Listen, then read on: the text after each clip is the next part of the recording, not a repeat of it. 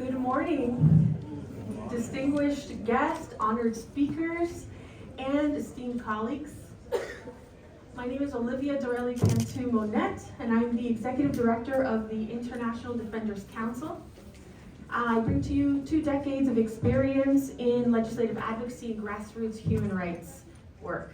It is my great pleasure to welcome you here today because this is our second annual Congressional Briefing on Diplomacy and Global Leadership, specifically in something that Isabel has worked very hard at, and that's strengthening security and cooperation in a changing world.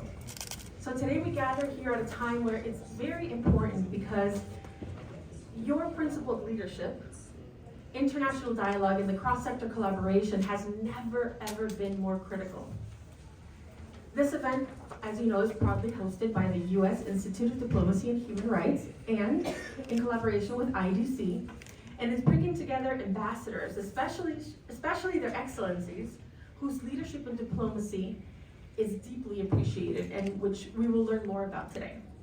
Now, as we confront the complex challenges, I want you to keep in mind that this briefing is providing a vital platform to exchange ideas and build partnerships, so definitely network, speak to each other so that you can inspire solutions together towards grounding diplomacy and human rights. Let's use this opportunity to learn more about one another and to elevate our voices and promote peace and injustice together. And I thank you again for joining us. We look forward to an engaging discussion, but now let me just please help me in giving a warm welcome to Dr. Isabel Vladu, the founder of the U.S. Institute of Diplomacy and Human Rights, a leading voice in global human rights and education. Thank you so much, Olivia.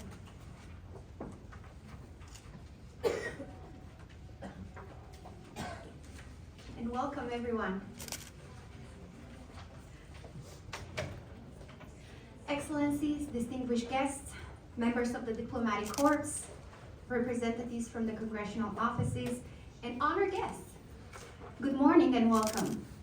It is both a tremendous honor and a profound responsibility to welcome you today for this congressional briefing on diplomacy and global leadership held in none other than on the halls of the United States Congress. This is a place where laws are shaped, ideas are debated, and democracy is continually refined. And today, it becomes a chamber for international dialogue, vision, and unity. We are especially privileged to be joined by such an esteemed delegation of global leaders, and here I want to include and mention Her Excellency Therese Kayibanda Wagner, Minister of Foreign Affairs from the Democratic Republic of Congo. She came all the way from DR Congo to be with us here today, so we are very, very thankful and grateful. Your presence reaffirms the high-level commitment that you have for advancing peace, diplomacy, and international cooperation in a time when the world needs it the most. I stand before you today not only as the founder and chairwoman of the United States Institute of Diplomacy and Human Rights, but also as a woman whose journey has been shaped by a lifelong commitment to security, justice, and human dignity. As a scholar, I earned my doctorate in global security with a research focused on femicide in Latin America, a grave and growing form of gender-based violence that has become a regional security threat and now calls for global recognition. My research has shown how insecurity begins not only when we have wars or weapons, but with the breakdown of the protection for the most vulnerable, particularly women and girls. And when women are not safe, communities are not stable. At the United States Institute of Diplomacy and Human Rights, we strive to address these root causes of insecurity through education, advocacy, and action. Our institute has trained over 20,000 individuals in more than 135 countries in human rights, human trafficking prevention, and diplomatic protocol and etiquette. We work to ensure that diplomacy is not just a privilege of power, but a path towards justice, human security, and opportunity for all.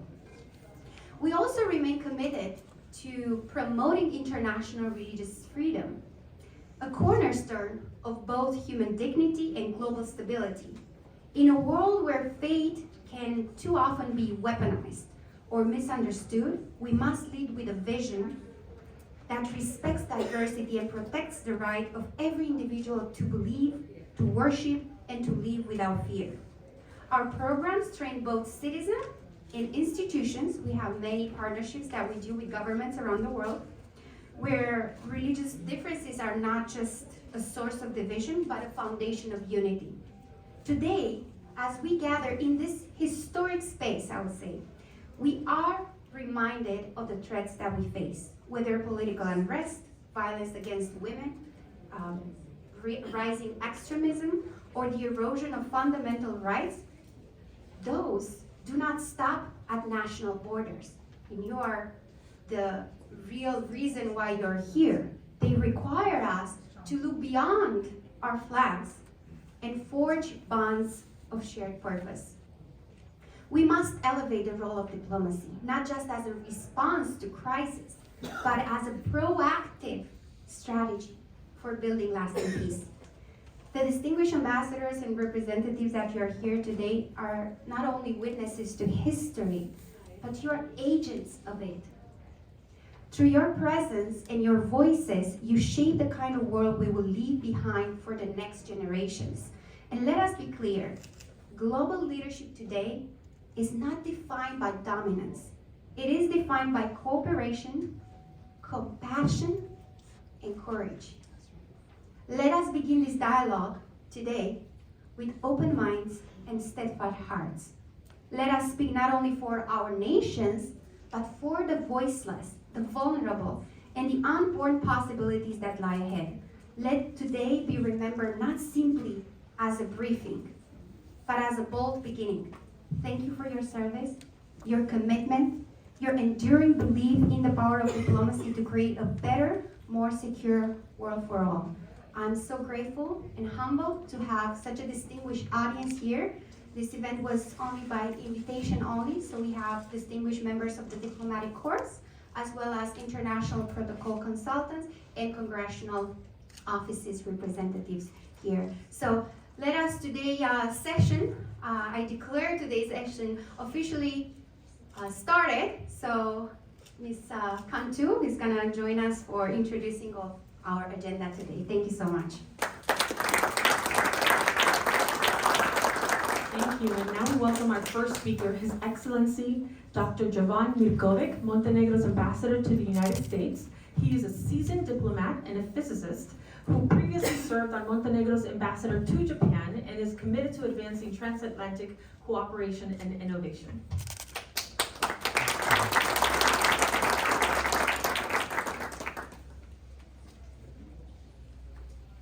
I would like to extend my gratitude to the USIDHR Diplomacy and Human Rights for granting me the opportunity to participate in the Second Annual Congressional Briefing on Diplomacy and Global Leadership.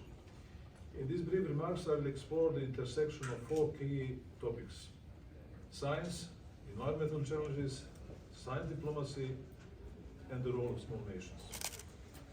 Today, we live in a world of increasing potential and rapid change. Global political economic landscape is evolving dynamically, while science and technology are advancing at an unprecedented pace. We stand on the threshold of extraordinary technological scientific progress. The way we live today differs vastly from yesterday, and tomorrow will bring even greater transformation. The ways we communicate, work, trade, learn, travel, and heal are all changing. The synergy of nanotechnology, biotechnology, information technology, and cognitive sciences, combined with artificial intelligence, drones, robotics, and new materials, will dramatically reshape civilization. We can expect profound shift in technology, economy, culture, and social relations. Some professions will vanish, while new ones will emerge. In an era of robotics and algorithms, the question arises, how can individuals remain relevant? At the same time, our planet stands at crossroads. The global environmental challenges we face, including climate change, plastic pollution, destruction of ocean plankton, environmental degradation, freshwater scarcity, energy deficits, mass migration, security risk, excessive resource consumption, deforestation, overpopulation, wars, digitalized and dehumanized realities, potential totalitarian threats, and uncertain biotechnological changes are no longer distant concerns. They have become immediate danger, threatening our very existence. Studies indicate that the current existence rate is up to 1,000 times higher than the natural background rate before human influence. 1 in 8 bird species is threatened with global extinction. Around 70% of plant species are at risk due to habitat loss and environmental challenges. These changes unfold like a domino effect. Glaciers are melting, releasing fresh water that disrupts ocean currents. Oceans produce 50% of planet oxygen and provide food for 3 billion people. Yet ocean acidification is endangering phytoplankton, foundational marine ecosystem. Less phytoplankton means less oxygen. Toxic chemicals and leaching from plastics contaminating our blood and tissues. Exposure to these substances is linked to cancer, birth defects, weakened immunity, endocrine disorders, and other diseases. Microplastics are now being found in human fetuses and even in the brain. It is not just the concept of democratic welfare state that it is at risk, but the survival of humanity itself. These challenges are transnational, transinstitutional, and transdisciplinary. But with great power comes great responsibility. It is no longer enough for science to exist in isolation, confined to laboratories and academic institutions. Diplomacy must evolve as well. We are witnessing the rise of science diplomacy and cultural exchange as vital force in global relations. Scientists from different nations collaborate on groundbreaking research, finding solutions that benefit all of humanity. Science is becoming more international. Statistics on scientific papers reveal increasing collaboration. European Union, 46%, Japan, 31%, Israel, 54%, USA, 41%, France, 60%, Germany, 55%, UK, 65%.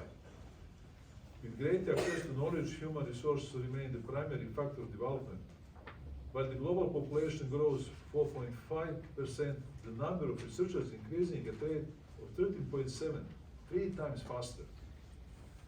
When addressing the planet ecological future, sciences and scientific diplomacy can provide solutions, just as they did when scientists discovered the ozone depletion problem in May 1985, when researchers at the British Antarctic Survey identified dramatic thinning of ozone layer over Antarctica. This triggered global concern and led to swift international action, including the Montreal Protocol in 1987, which aimed to phase out ozone depleting substances. Through diplomatic efforts, new technologies were developed and implemented to halt further degradation. When we consider small countries, in order to survive in times of dynamic ecological changes, they must choose a path of development based on knowledge, requiring more intensive international cooperation in areas of technology, innovation, green policies, science, and education.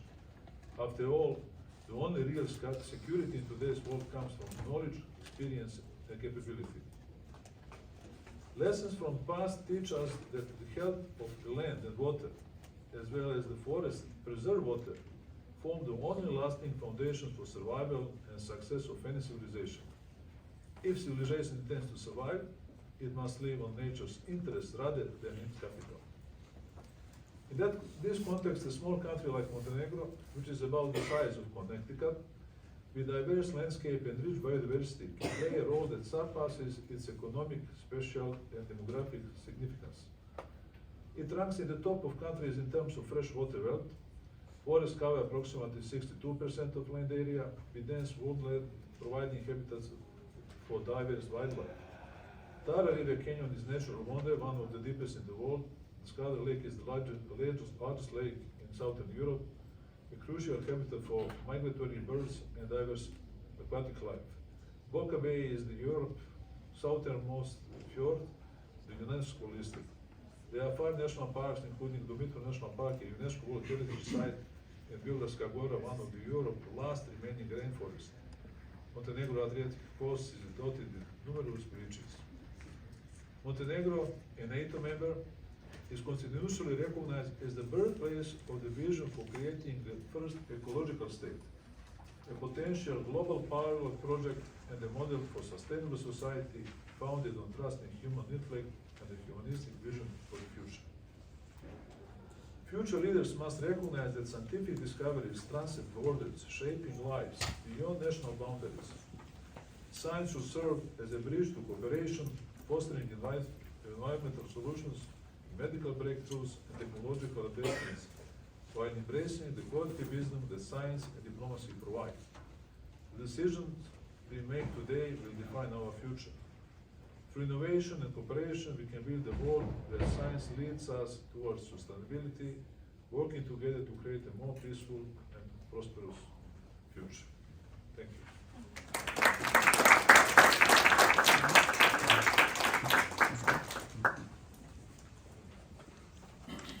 Thank you very much. And now we welcome His Excellency Jose Luis Gutierrez, Ambassador of Timor-Leste of the United States. He's a veteran statesman who has served the Foreign Minister and Deputy Prime Minister, playing a pivotal role in his nation's post-independence diplomacy and international engagement. Thank you.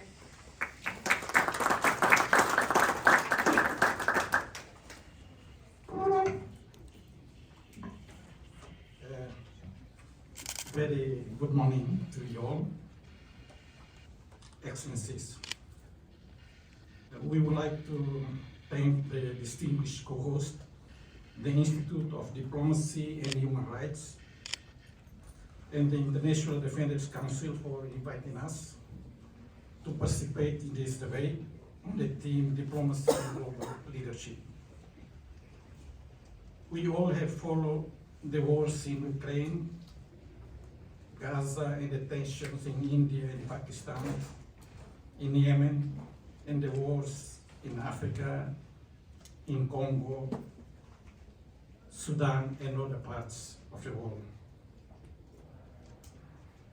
We have all eyewitnessed the many thousands of people that have died because of conflict. Ukraine is one of these examples. We have welcomed all the efforts from every country in bringing peace to Ukraine. We extend our congratulations to President Donald Trump, Secretary of State Marco Rubio, and the Special Envoys for their efforts in bringing peace to Ukraine by engaging Russia and Ukraine to enter into direct negotiations. The recent meeting in Turkey creates hope for all of us, hope for the humanity, and we pray that the two countries, Russia and Ukraine, can live in peace and they develop their enormous potential. We wish all success for the diplomatic initiatives of the administration of President Trump in bringing stability, peace in Gaza, Palestine, and in other countries, respecting the respective rights of the people. The people of Timor-Leste have experienced years of conflict, wars in the past. As a 98% Catholic country, we know how important is solidarity and fraternity. We defend and promote peace, reconciliation, fraternity, and harmony for every country and peoples in the world.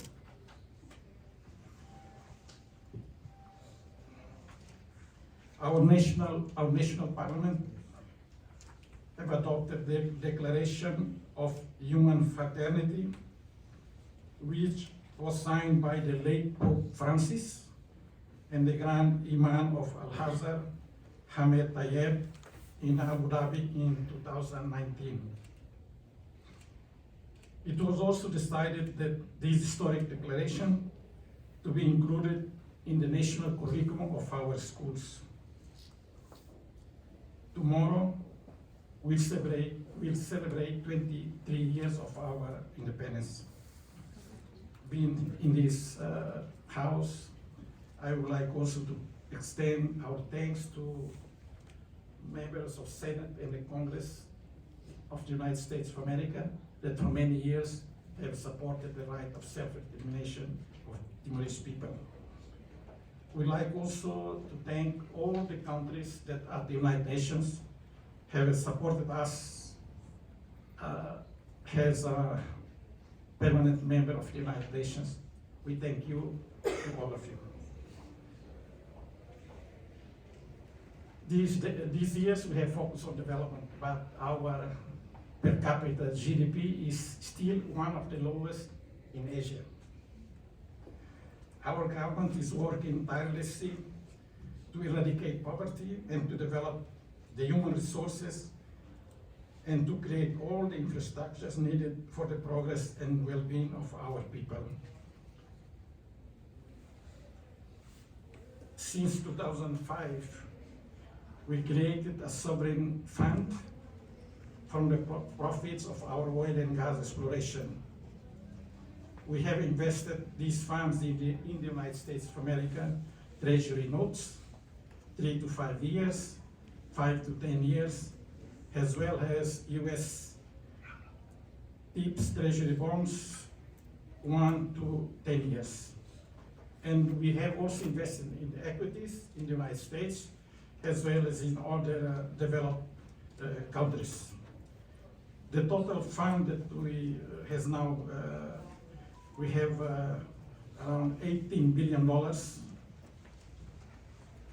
has investment. We all know how powerful is the United States of America. As a superpower nation and a democracy, their political, diplomatic, financial, and monetary policies have a great impact around the world. In Timor-Leste, we do appreciate and we like to thank the service of the CBEs in building schools in the remote areas, as well as the work of Peace Corps members, the support of USIDHR to help develop agriculture and health, and the Millennium Challenge Corporation for their degree project in improving water and sanitation, education in my country. We know that this project will be reviewed by current administration. Since our independence in 20 May 2002, we have adopted US dollar as our national currency. So we have a direct interest in seeing successes for the administration of President Trump, as we did for the previous administrations. I'm closing. As Timor-Leste looks for economic and regional integration, we have applied for full membership of ASEAN. ASEAN is an organization that has been a guarantor of peace, stability, and development in our region. We hope that soon we will be accepted as full member, joining almost 700 million people in our region. Excellency, our trade with the United States of America is very little. We have imported from the US around $15 million US dollars in commodities, and Timor-Leste has imported around $5 million US dollars. Our tariffs is 5% for all food products. Our Prime Minister, Mr. Shanana Gumau, have said recently that we are not worried with the tariffs allocated to Timor-Leste, which is 10%. But we are worried with the stability of US dollar. We are open for business and investment. We like to invite all the American business, big and small, to invest in our country in oil, LNG, refineries, and other industries. As my president have said many times, José Ramos Horta, a Nobel Peace Prize laureate, he said many times that Timor-Leste is an oasis of peace and tranquility. We welcome all of you to Timor-Leste, and I thank you very much.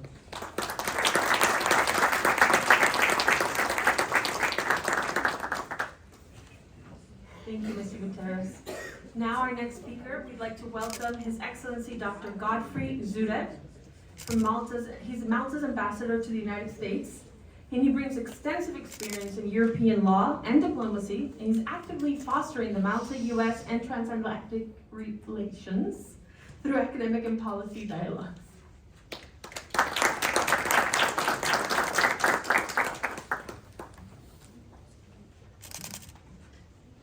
Good morning, Your Excellency Minister, colleague ambassadors, and other members of the Diplomatic Corps. I would like to start, like my colleagues, by thanking the U.S. Institute of Diplomacy and Human Rights for inviting the southernmost state of the European Union, the small island of Malta, island that sits right in the center of the Mediterranean, at the crossroads north to south between Europe and Africa, and east to west of the Mediterranean. We're a small island state, about the size of Washington, D.C., and our only natural resources are human resources. Although we've been independent for 60 years, we have a history going back to 5,200 BC, and we are a constitutionally neutral country. Being small does not mean we can't do, and we can't and we don't have a global role. In a world marked by shifting power dynamics and geopolitical volatility, Malta stands firm in its belief that diplomacy, measured, persistent, and inclusive, is the most effective path to peace. During the past 12 months, as the 2024 Chair in Office of the Organization for Security and Cooperation in Europe, Malta has embraced its responsibility with clarity and conviction. We have leveraged our strategic position at the crossroads of Europe, North Africa, and the Middle East, not simply as a geographical asset, but as a platform for principled dialogue, cooperation, and lasting stability. Malta consistently advocates for peace and security in the Mediterranean, recognizing its intrinsic connection to European stability and global stability. One of our prime ministers was renowned to have said that there is no peace in the world without peace in the Mediterranean. Throughout our sustained diplomatic engagement, Malta has positioned itself as a credible and proactive actor in shaping global coalitions to address transnational threats. Malta has also been a leader in many UN initiatives, and in fact I'm proud to say that our first ambassador to the United States, Dr. Arvid Pardo, was the one who proposed the UN Law of the Sea, which is now a very important law in the world.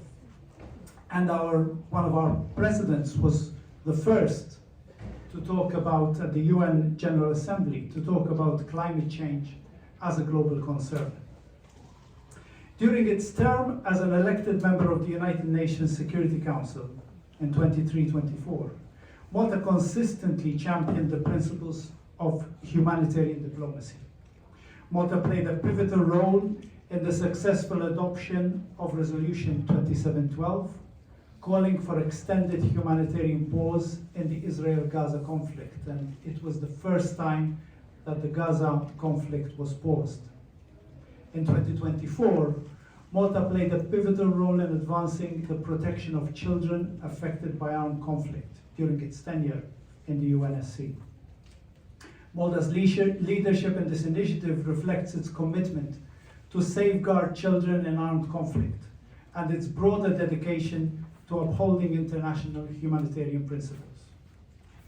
As Malta assumed the presidency of the Committee of Ministers of the Council of Europe in 2025, only a few days ago, it steps into this role with gratitude, commitment, and a deep sense of responsibility to protect the most vulnerable by upholding the values of human rights, democracy, and the rule of law. The priorities of the Maltese presidency will focus on protecting children, combating violence and discrimination, empowering youth, and maintaining the ongoing support to Ukraine. Malta is also very pleased for the leading efforts to establish in Malta the Global Center for Maritime Sanctions Monitoring, which has two main objectives: to monitor anomalous vessel movements suspected of circumventing the UN Security Council sanctions in the maritime domain, and secondly, to enhance the capacity building and generate awareness with shipping registers and other maritime enforcement agencies of the UN Security Council's sanctions. Malta is very pleased with the technical support of the USA authorities for this monitoring center.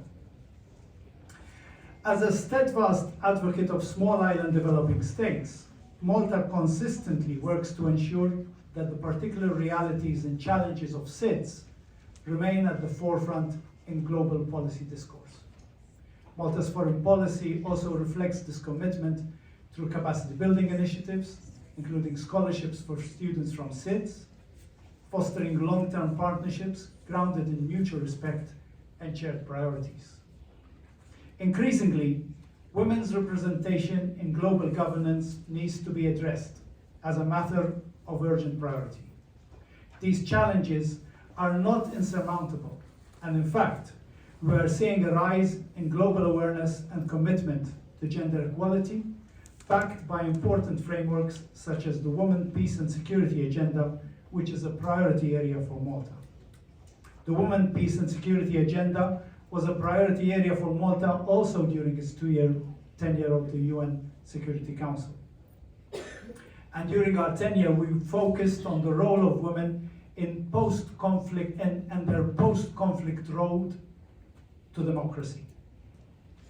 As a country that champions multilateralism, Malta has officially joined the UN Secretary General's Common Pledge for Women's Full, Equal, and Meaningful Participation in Peace Processes Common Pledge, and encourages others to do so.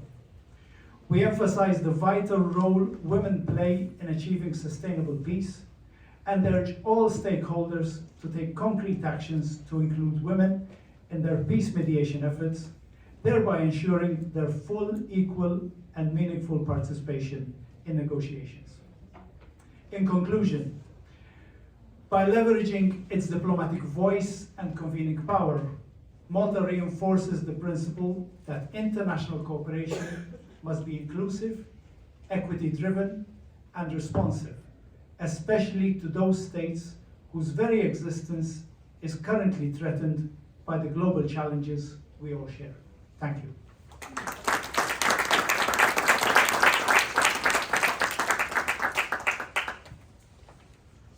Thank you, Dr. Godfrey. And now please join me in welcoming our keynote speaker, Her Excellency Teres Kayikuwaba Wagner. I practiced that. Who was appointed as the Democratic Republic of Congo's Minister of Foreign Affairs in June of 2024. She's a seasoned political scientist and a diplomat with extensive experience in international development and peacekeeping missions, including roles with GIZ, OCFEM, and the United Nations.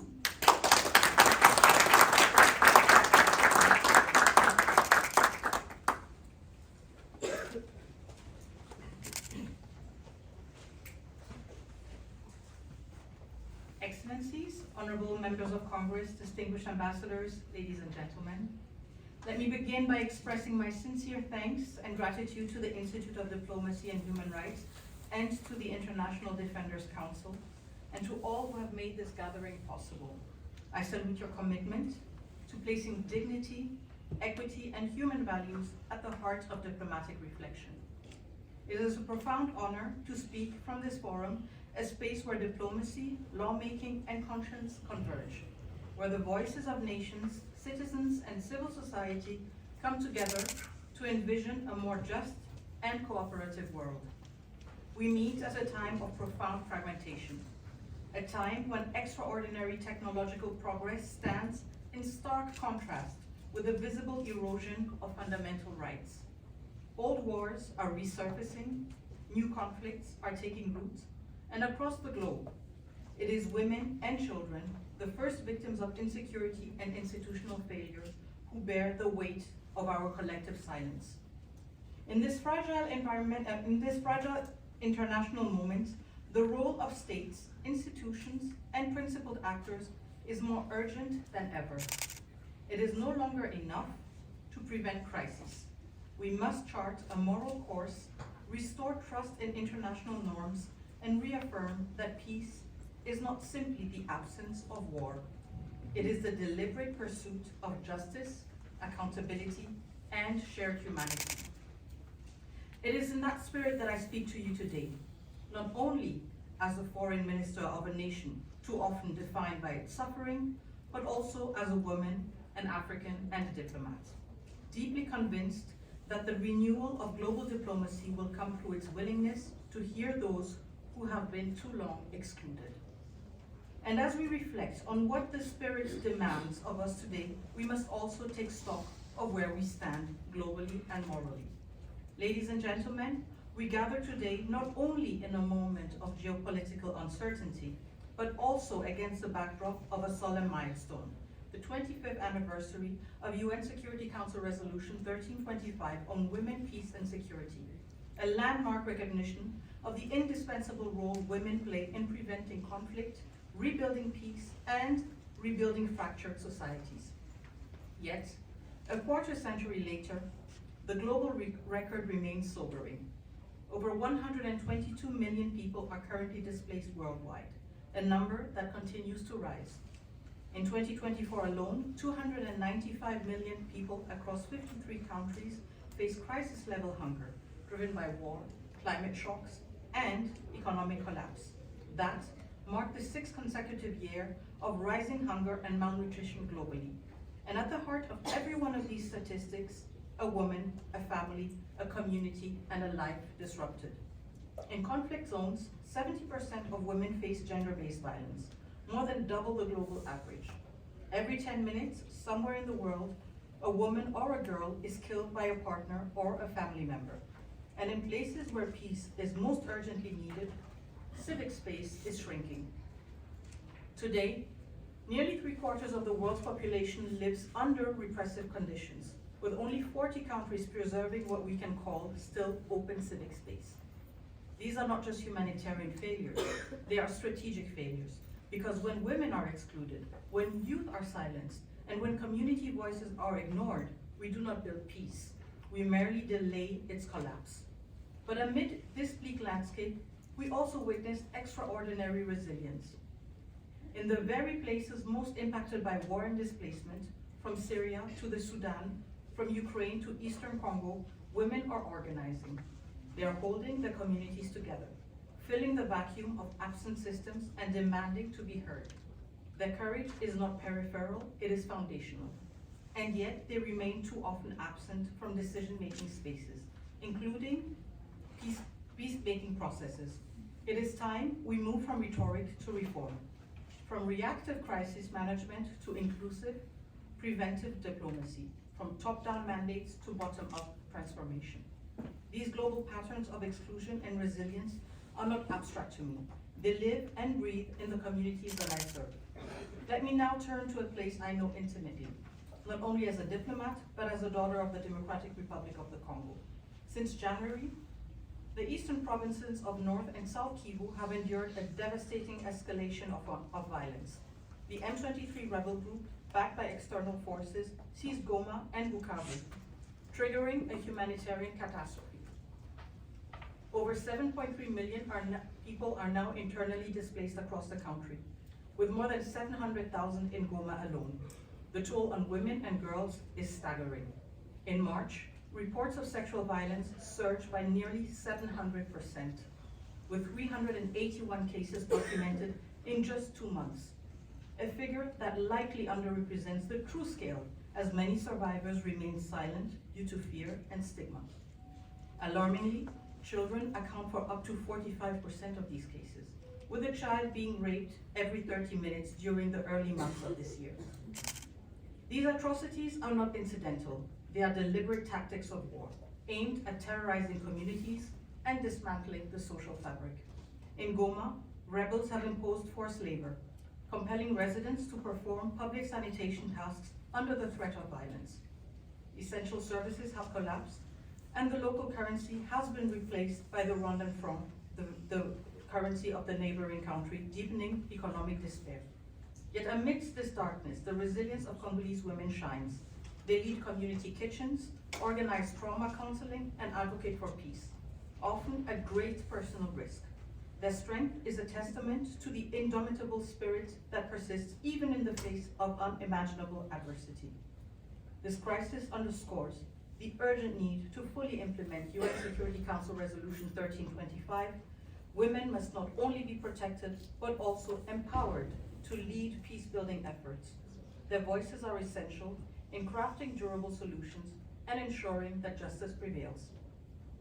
Ladies and gentlemen, the Democratic Republic of the Congo stands at a pivotal juncture, not only in the life of our nation, but in the architecture of global peace and security. For too long, narratives have cast us solely as victims of war, of plunder, of silence. But the DRC today is more than a witness to history. It is a country determined not to delay peace, but to build it decisively, accountably, and inclusively. We bring to the Council the voice of a people who have known suffering and who have not surrendered to it. A people who know that peace is not a document signed in a distant capital, but a daily act of courage and policy and justice. And as we prepare to conclude our candidacy for a non-permanent seat in the United Nations Security Council for 2026-2027, we do so with conviction and with clear priorities. We will be a constructive and committed voice in debates on international peace and security, not to speak louder, but to speak truthfully and in solidarity with those too often unheard. We will advocate for a renewed approach to peacekeeping, one that is agile, accountable, and better aligned with realities on the ground, grounded in local legitimacy and not foreign assumptions. We will press for the responsible governance of natural resources, to end the cycle of extraction and conflict, and to ensure that the wealth beneath our soils become a source of prosperity and not predation. We will support transitional justice and disarmament, not as slogans, but as pathways to dignity and reintegration, because no peace lasts if injustice is left to fester. We will be a strong voice for women and youth in peace processes, insisting that UN Security Council Resolution 1325 and its sister resolutions 1820 and 2250, which condemn sexual violence as weapons of war and which also speaks on youth, peace, and security, are pivotal in our efforts within the Security Council.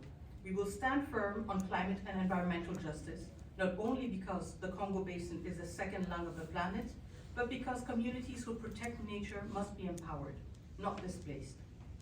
And we will be resolute in defending human rights, democracy, and the revitalization of the UN Charter, including more equitable representation within the Security Council itself. Reform is not a demand, it is a responsibility. The DRC does not seek a seat to represent itself alone, but to speak and act for all those who believe that international law must mean more than words, and that the dignity of every human being, wherever they are, must remain the cornerstone of global peace. Ladies and gentlemen, if the past 25 years have taught us anything, it is that peace cannot be imposed, it must be built. And it must be built with those who have carried the weight of conflict, who have raised children in displacement camps, who have protected life and land with little more than conviction. It is time to move beyond symbolic gestures, beyond declarations that do not transform realities. We must center those most affected by conflict in the design of solutions. We must invest in prevention, not just response. We must restore faith in the institutions of multilateralism by making them more representative, more accountable, and more courageous in the face of injustice. The Democratic Republic of the Congo comes before you today with a message, but also with a mission: to help bend the arc of diplomacy towards dignity, equity, and shared responsibility. Let us be measured not by our intentions, but by the futures that we enable. The women of Goma, the youth of Bukavu, and the millions displaced not only in my country, but across the globe are watching. Not for words, but for will and for actions. Let us prove together that peace is still possible and that the future can still be shaped by those who believe in the power of justice, inclusion, and cooperation. I thank you for your attention and wish us all fruitful deliberations.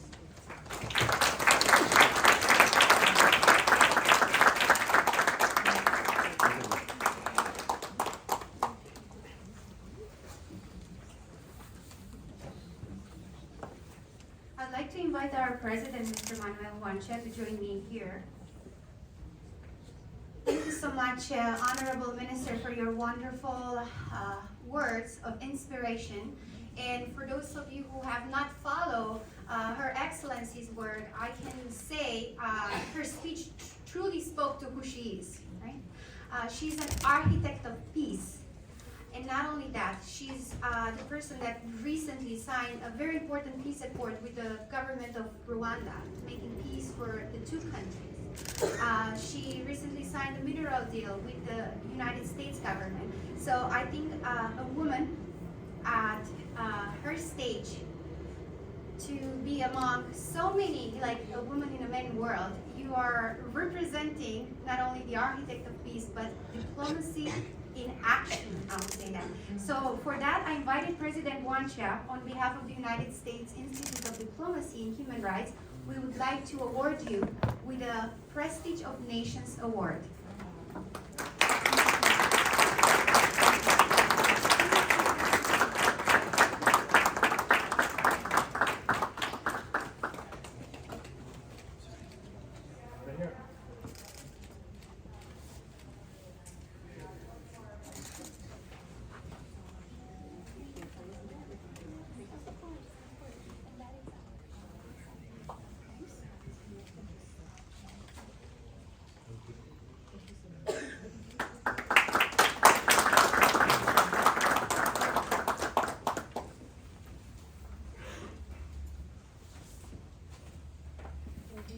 Indeed, you touched me very much with everything that you were saying, and something that really stuck with me is you said reform is not a demand, it's a responsibility.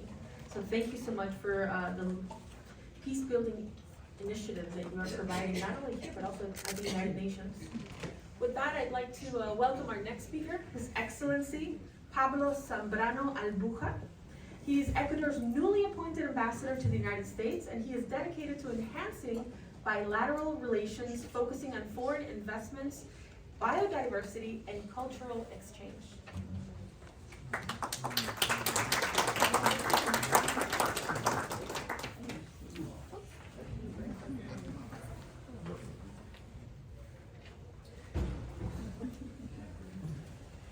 Good morning, everyone. I would like to, in the name of the President of Ecuador, Mr. Daniel Noboa, the Minister of Foreign Affairs of Ecuador, Mrs.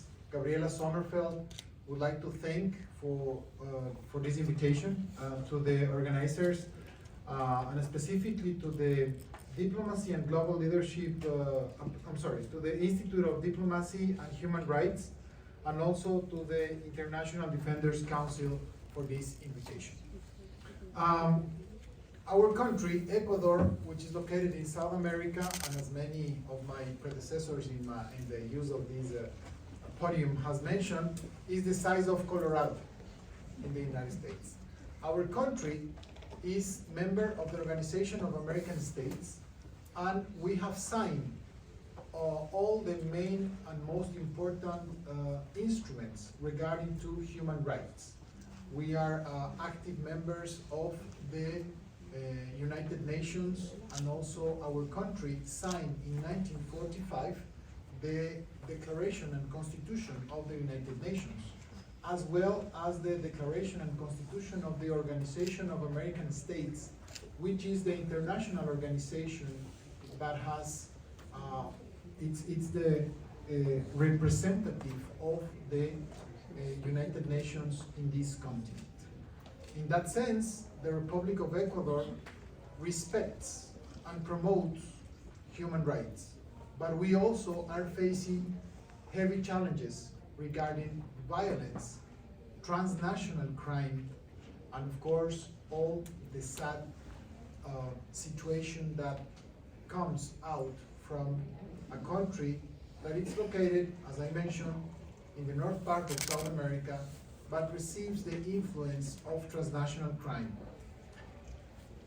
This situation of transnational crime has given to Ecuadorian society really important challenges.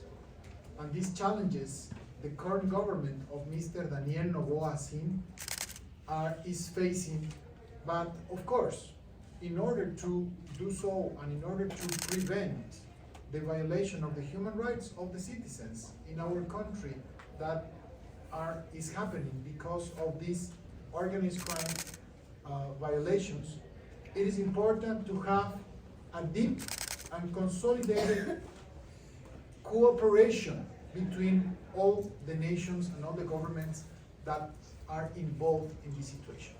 And organized crime in Ecuador, sadly, is handling drug trafficking, people trafficking, money laundering, contraband, among other international crimes. So, all the countries that have the effects and are involved in these crimes that I have mentioned, we all have to work and participate. Ecuador also, during all his Republican history, we are an independent country since 1830 in the 19th century. We have been receiving floods of immigrants, but also our nationals sadly are taking the decision of leaving the country. So we have immigrants and emigrants.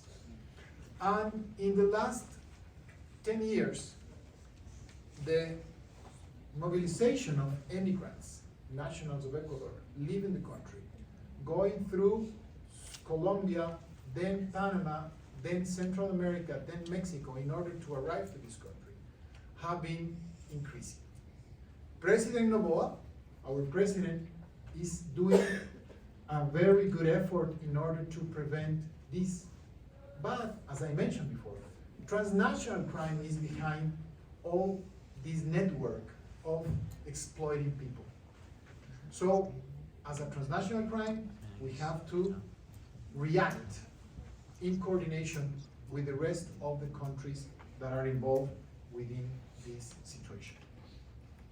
I believe that the challenges that right now the world is facing, such as climate change, such as, that was mentioned, such as illegal immigration, such as money laundering, such as these situations that we are facing, have to be stopped and have to be doing with this job. We have to do it, as I mentioned before, in coordination and cooperation between the organizations, international organizations, but also between the countries that we are suffering. In Latin America, we have many challenges regarding human rights. That's why we have a system of human rights that is in place and it's working. But of course, we have to take these issues of the human rights in the proper way and in the best way in order to be all our countries, and specifically Ecuador, is being respecting all this legislation. I just want to finish this moment that I have here just to say that the government of Ecuador is going to respect all the duties that are enforced according to international law, And of course, what we want to do is to have peace, not only for Ecuador, but also for the region. But as mentioned before, we need international cooperation and coordination within our states in Latin America in order to do so. Thank you very much.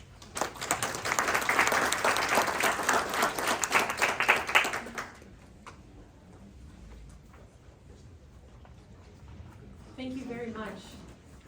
I'll lower this, he's very tall.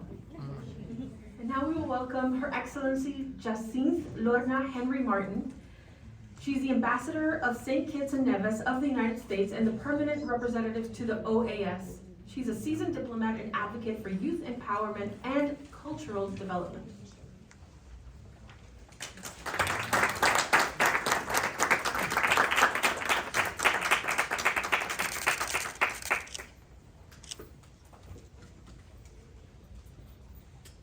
Thank you so very much. I bid you all a very pleasant day. I'd like to join colleagues who have spoken before me in extending appreciation to the U.S. Institute of Diplomacy and Human Rights and to the leadership of the International Defenders Council. It is my absolute pleasure to speak to you.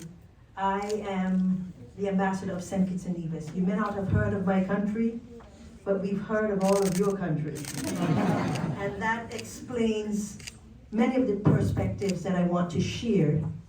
Speaking from the perspective of a national, of the proud Federation of St. Kitts and Nevis, one of only 55,000 inhabitants. That's our population. We never shy away from our size because our hearts are bigger than the geographical landmass that we have. St. Kitts and Nevis became independent in 1983.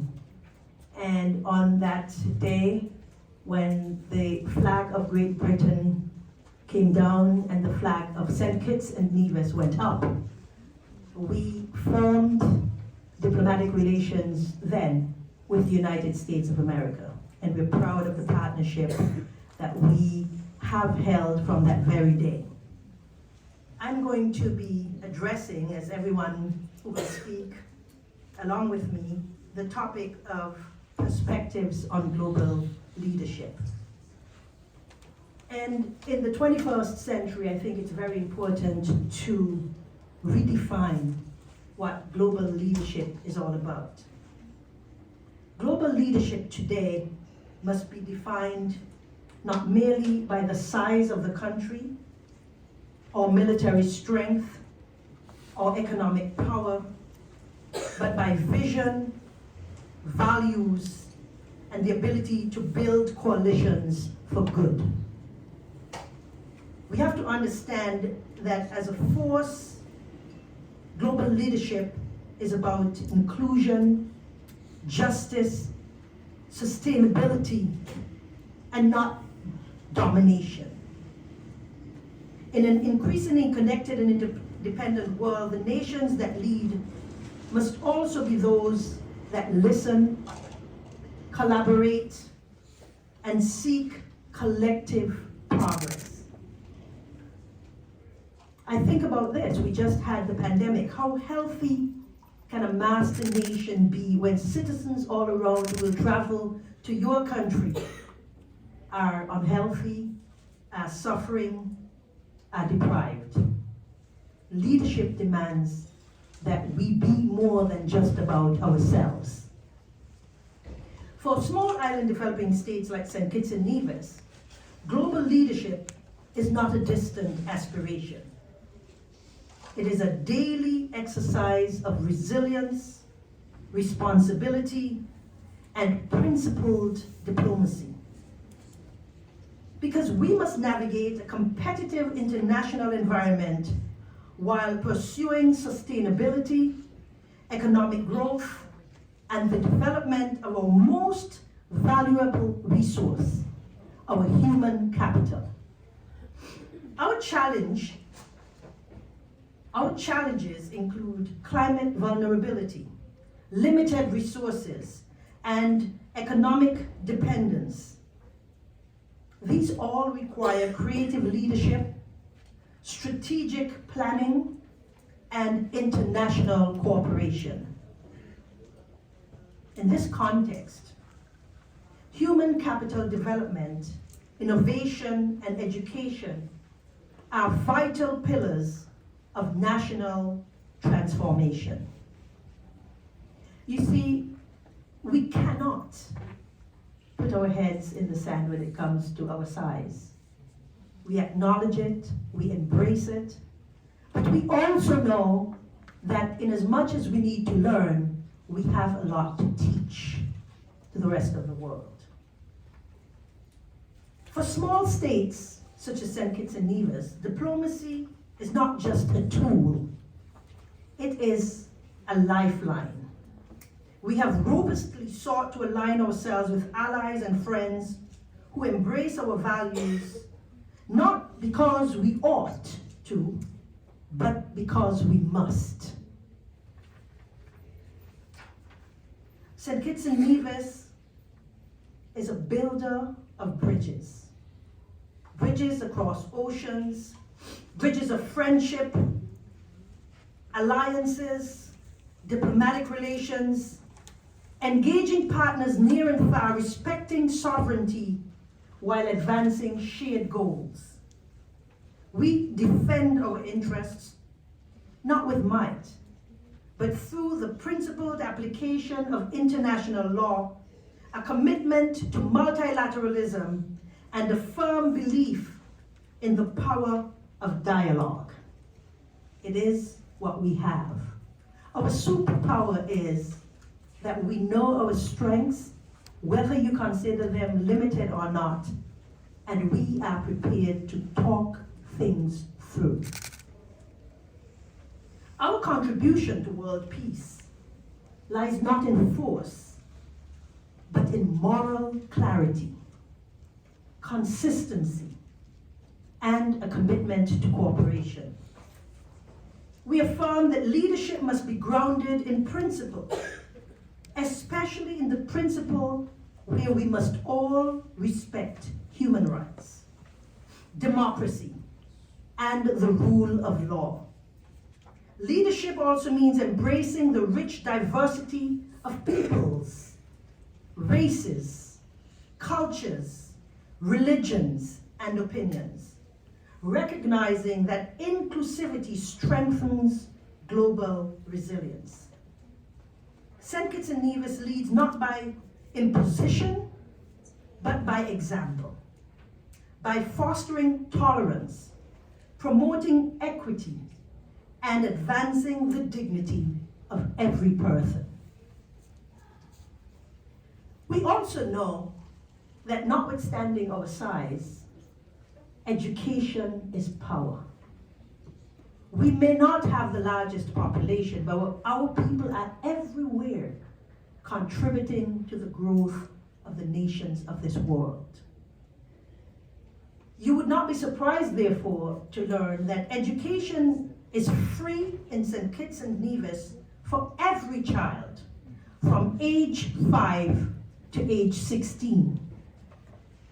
This policy has not only widened access, but has lifted aspirations, ensuring that every Kittitian and Nevisian child has a foundation to dream, to learn, and to lead, since we're speaking about leadership. It has lifted the veil of generational poverty born of degrading systems and enabled generations of our peoples to contribute meaningfully to national development and to represent our values on the world stage.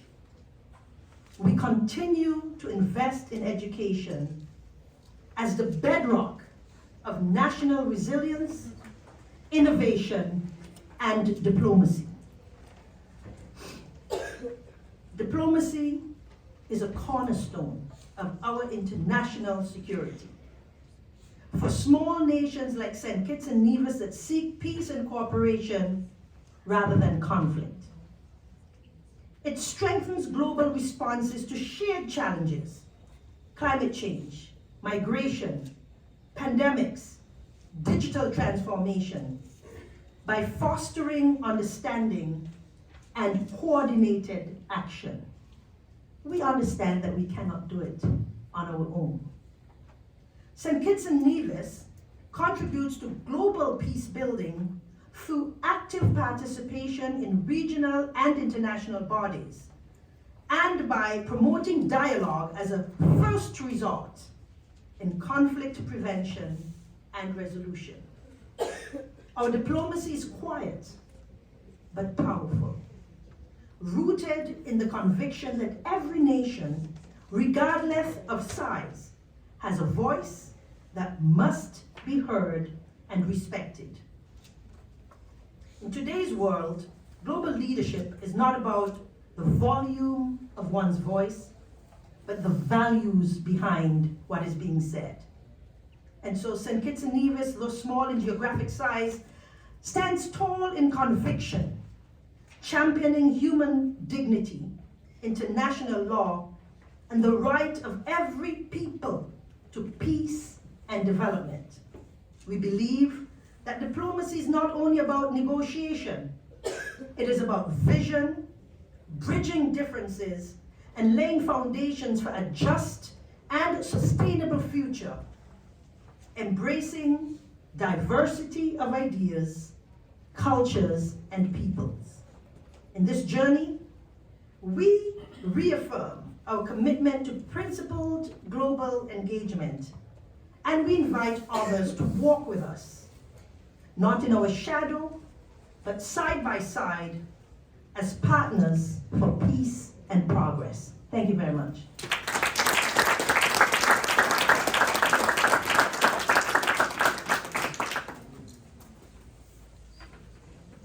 Thank you. And please help me welcome His Excellency Alfredo Fabiao Luvunga. He is Mozambique's ambassador to the United States and a seasoned diplomat with over 3 decades of experience, having previously served as the ambassador of Ethiopia and permanent representative to the African Union.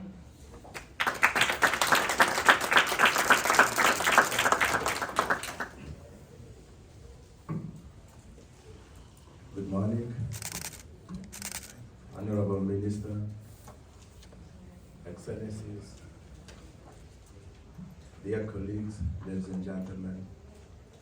Let me first thank the co-hosts, the IDC, and the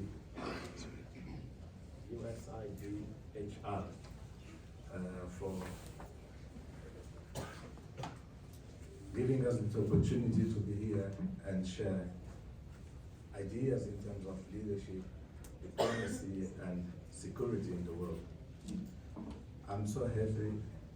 I want to say just a few words to our sister, the Minister of DRC, that we are with you.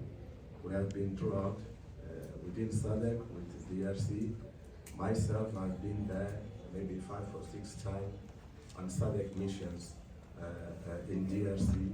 I did visit Goma, Kisangani, Dikivos, Lubumbashi, and Kinshasa last time when I was observing the election on SADC mission. So I'm with you, and I really understand what you're talking about. And those challenges do not differ from the challenges Mozambique is facing. Back to the theme of today's event, I would want to agree with the previous speakers in saying that we are living in a world in a time of profound global transition. The certainties that once defined international relations are giving way to volatility, complexity, and interconnected crises. In this reality, diplomacy and global leadership are not optional.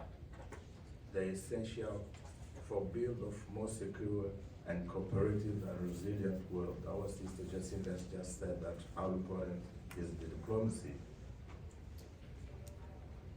Diplomacy, someone said before, should function as a strategical bridge between nations, a platform for cooperation and a means of conflict prevention and resolution. Today's diplomacy must be preventive, inclusive, adaptive to the emerging threats that transcend borders. Global leadership is a shared responsibility. That should be the definition. We must move beyond old paradigms where power was concentrated in the hands of few. A multipolar world and a just international order requires voices of all regions, especially the global south, to be heard and respected.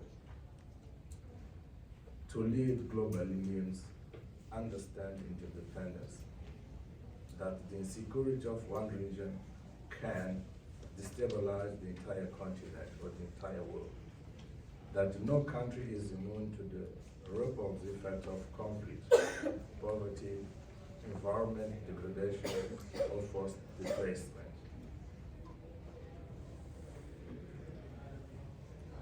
Global leadership is meaningful only when it is exercised in the spirit of cooperation, not domination.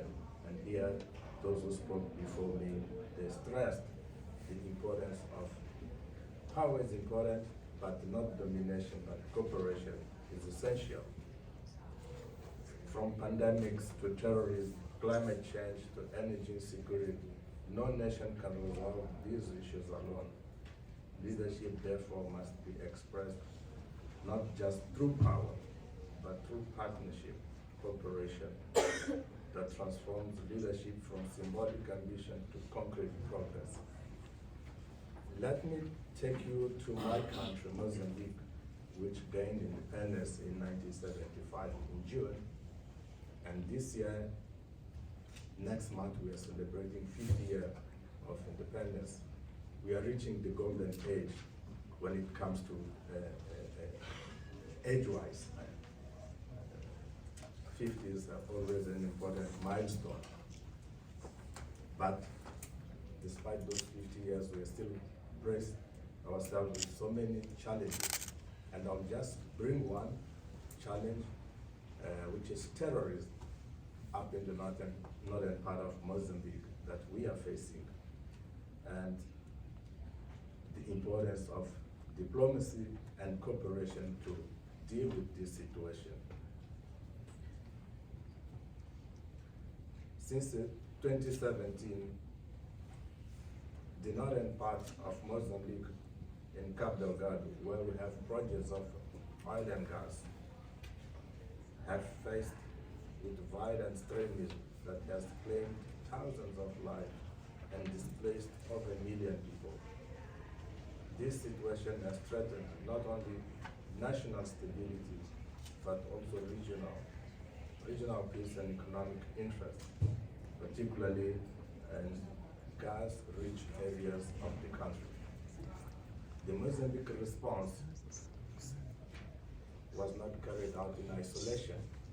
As DRC and many other countries have done, we went into a cooperation with the Southern African Development Community, and a force of SADC was deployed to help Mozambique combat terrorism in 2021.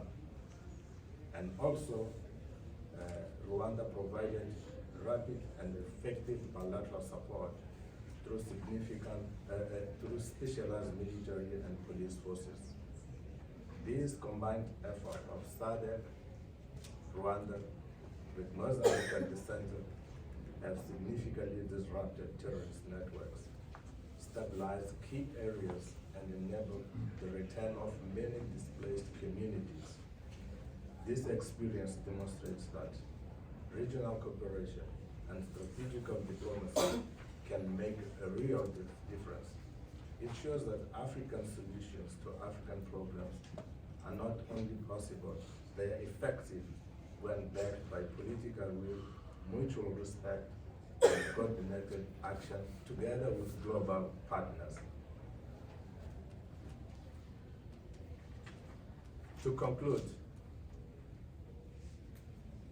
a world of evolving threats and shifting alliances, diplomacy and leadership must rise to new heights. Mozambique's fight against terrorism in Cabo Delgado shows that when nations act together through trust, solidarity, and shared vision, peace becomes possible.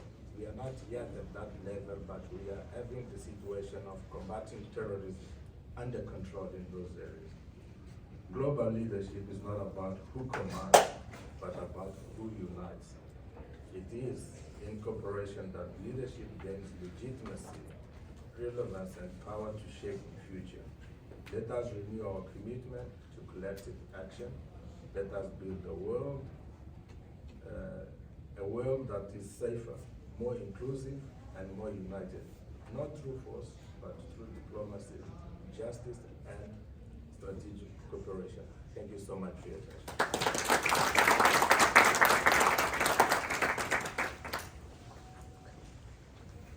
How lucky are we that we can get this many ambassadors under one roof to really talk to us? I don't know if you know how hard that is. Unfortunately though, Your Excellencies and distinguished guests and esteemed colleagues, I want to ask you to please ensure that, to ensure that we have enough time for our Q&A session, I ask that you please try to keep it under 5 minutes. We deeply value your insights and we appreciate your cooperation in helping us maintain a schedule. Unfortunately, they will kick us out of here. So, with that, I'd like to welcome Her Excellency Dr. Claudia Escobar Mejia. She is Guatemala's ambassador to the Organization of American States. She is also a distinguished jurist and anti-corruption advocate committed to strengthening democratic institutions.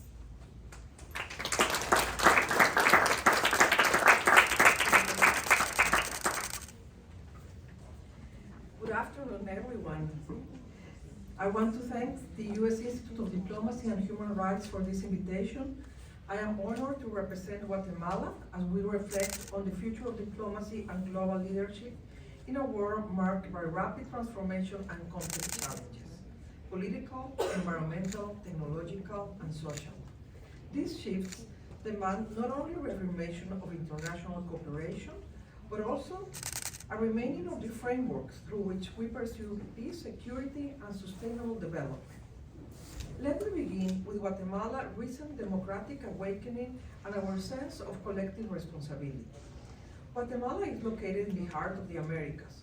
For years, together with our neighbors in the Northern Triangle, El Salvador and Honduras, we have faced challenges of organized crime and violence. According to the United Nations, our region has high homicide rates driven by organized crime and gang activities contribute to significant migration flows. In 2023, Guatemala elected a new government led by President Bernardo Arevalo, committed to strengthen democratic institutions, the rule of law, and advancing comprehensive security. When one nation strengthens its institutions, every partner benefits.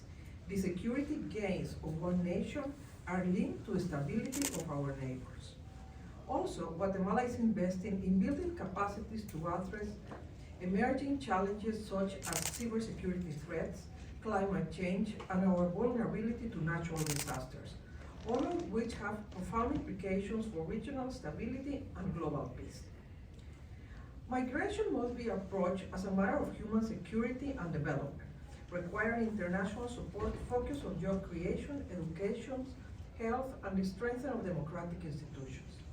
The challenges of transnational organized crime, human trafficking, and irregular migration are not confined by borders. These are regional and global problems that demand shared responsibility, as Ambassador from Ecuador pointed out earlier. Guatemala will continue to work with the neighboring countries and international partners through initiatives that address the causes of insecurity, poverty, inequality, and institutional fragility that generates impunity. Because the lack of justice and corruption promotes violence and favors criminal organization. That's why we believe that multilateral institutions provide essential platforms for collective action to address common challenges. Transnational crime organizations often exceed the resources of small developing states, underscoring the need for sustained collective action. About the role of women empowerment in security and democracy, We think that the inclusion of women in peace building and diplomatic process is not just a matter of equity, it's a matter of effectiveness. A more peaceful and security world must be a more inclusive world, one where women are not only protected but empowered as agents of change. We support the full implementation of the UN Security Council Resolution 1325 on women, peace and security, and we are advancing national initiatives to increase women participation in the armed force, the law enforcement, and in diplomatic forums. Regarding regional security, we are deeply concerned by Haiti's humanitarian and security crisis. Security is a regional challenge demanding a collective response. The situation in Haiti, where criminal groups have effectively captured state institutions, warns us all. The collapse of governance in one country can destabilize the entire region. Guatemala has deployed 150 military personnel to support the multinational support mission of Haiti. We call on the international community to intensify its support to Haiti without delay. The United States' commitment to democracy, human rights, and economic openness set the standard for our hemisphere. U.S. leadership in multilateral forums amplifies the impact of every investment. Continued U.S. investments in Central America will gel outside doors. Fewer migrants risking their lives, more thriving communities, and capable partners. To conclude, I want to end to highlight that the challenges we face are complex and transcend borders. By building our capacity to cooperate and through diplomacy, we can transform these challenges into opportunities for more resilient and prosperous societies. Guatemala stands ready to deepen the partnership, strengthen democratic institutions, defending the rule of law, and dismantling criminal networks and investing in our people. Together, we can ensure that no country in our hemisphere falls prey to lawlessness and impunities. We can transform a changing world into an opportunity for security, peace, prosperity, and freedom. Thank you.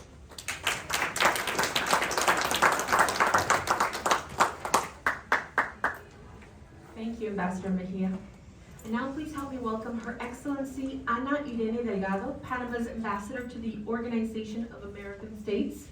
She is also a lawyer and a former ambassador to multiple countries, recognized for her leadership in international maritime affairs and diplomacy.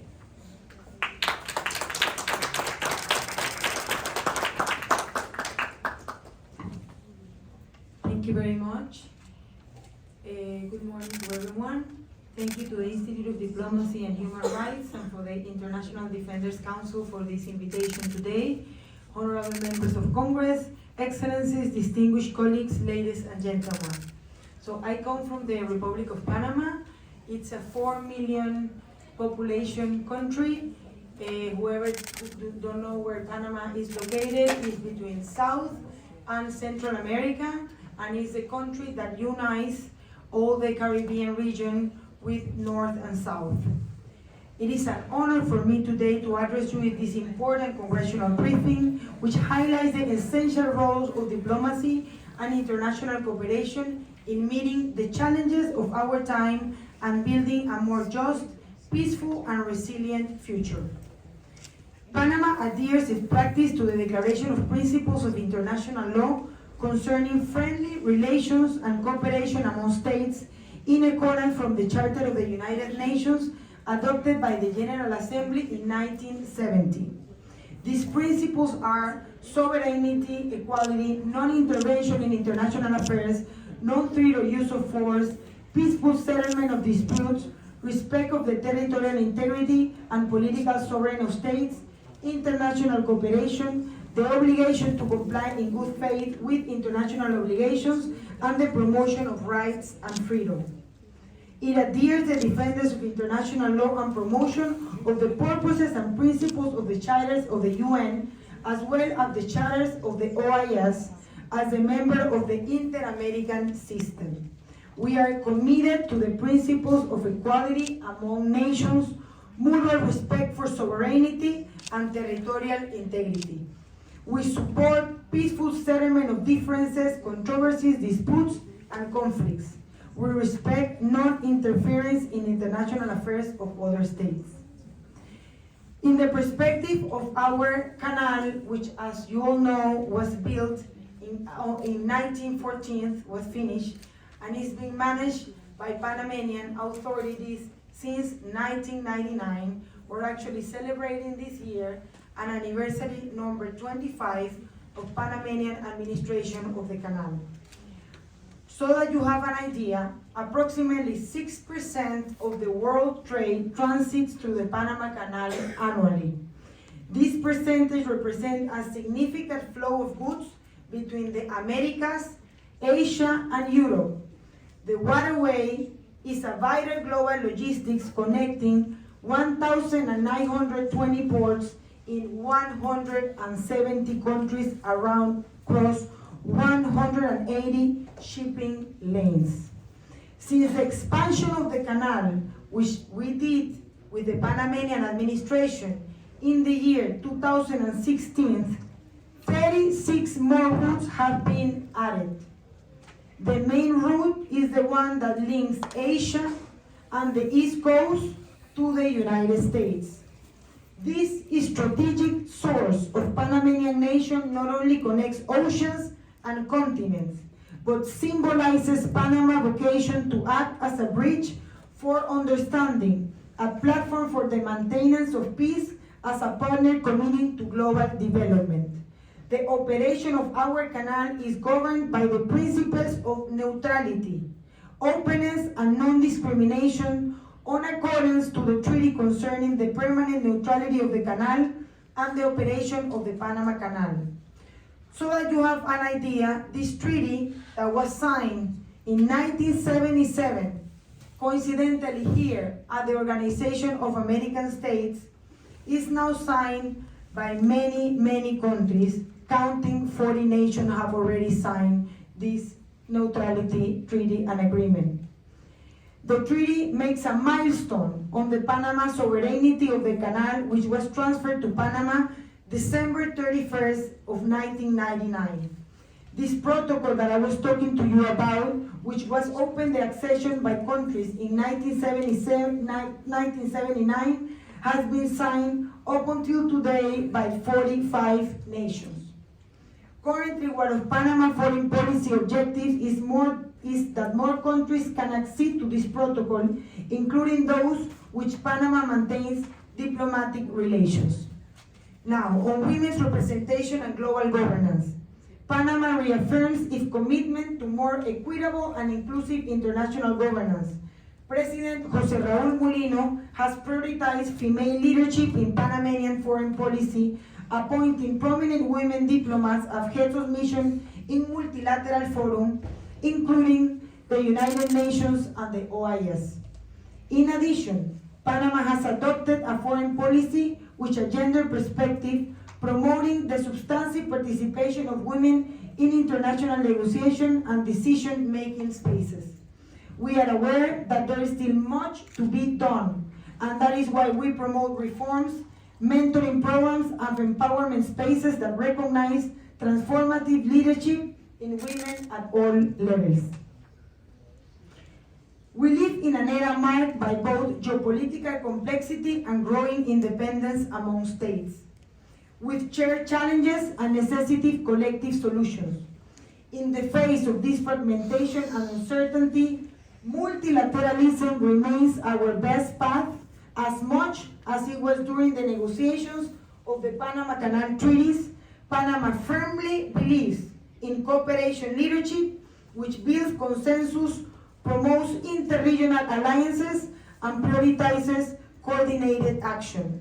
That is the reason why the Panamanian government has decided to host next year, which we celebrate 200 years of the celebration of the Anfitrionic Congress in the Republic of Panama by the Libertador Simón Bolívar in 1826.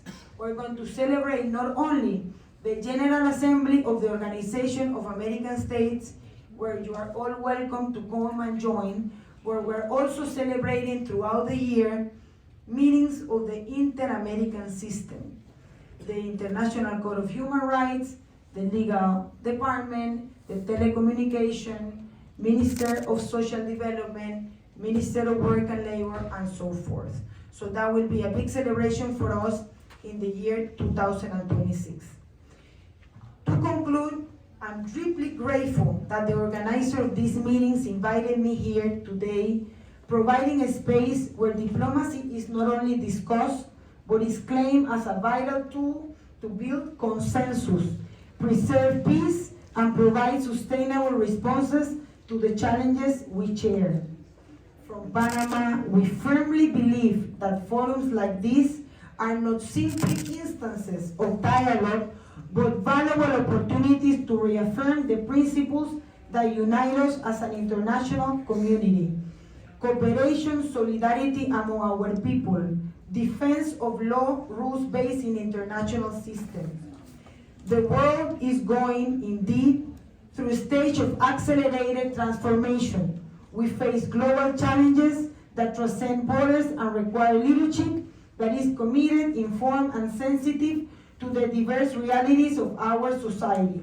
And in this context, Panama reiterates its willingness to continue contributing as an articulating country, promoter of understanding, and facilitator of multilateral solutions of collective benefit. I'm deeply honored also to be here in this meeting, not only with colleague ambassador, but also with a distinguished minister, a female leader that honors us today with her presence. Thank you very much.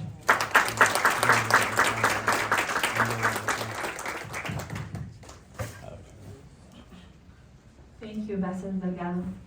Now please help me welcome Ms. Elvana Shala, Ambassador of Goodwill for Kosovo at the International Human Rights Commission. She is also a dedicated human rights advocate with a mission to amplify Kosovo's voice on the global stage.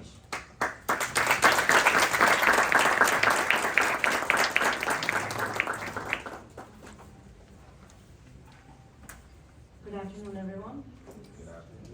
Honorable Director of the American Institute for Diplomacy and Human Rights, Ms. Gladio, distinguished members of the United States Congress, Excellency Minister, esteemed ambassadors, ladies and gentlemen. It is a distinct honor that for the first time, a Goodwill Ambassador for Kosovo steps into the House of the United States Congress, the house of strength and the greatest support for the people of Kosovo, to share our thoughts and perspectives on diplomatic dialogue and global leadership. In this hall, a symbol of American policymaking, where some of the most defining decisions of international order since World War II have been shaped, it is imperative to reflect not only on the challenges we face, but also on the ways we respond to them. In an increasingly interconnected world, diplomacy is the most powerful instrument we possess to protect peace, manage differences, and advance the collective interest in the face of borderless threats, climate change, pandemics, cybersecurity, and the unequal distribution of resources. Within this context, diplomatic dialogue is not a luxury for peaceful times. It is a preventative tool against crisis escalation, a guarantee for multilateralism, and the foundation of sustainable international relations.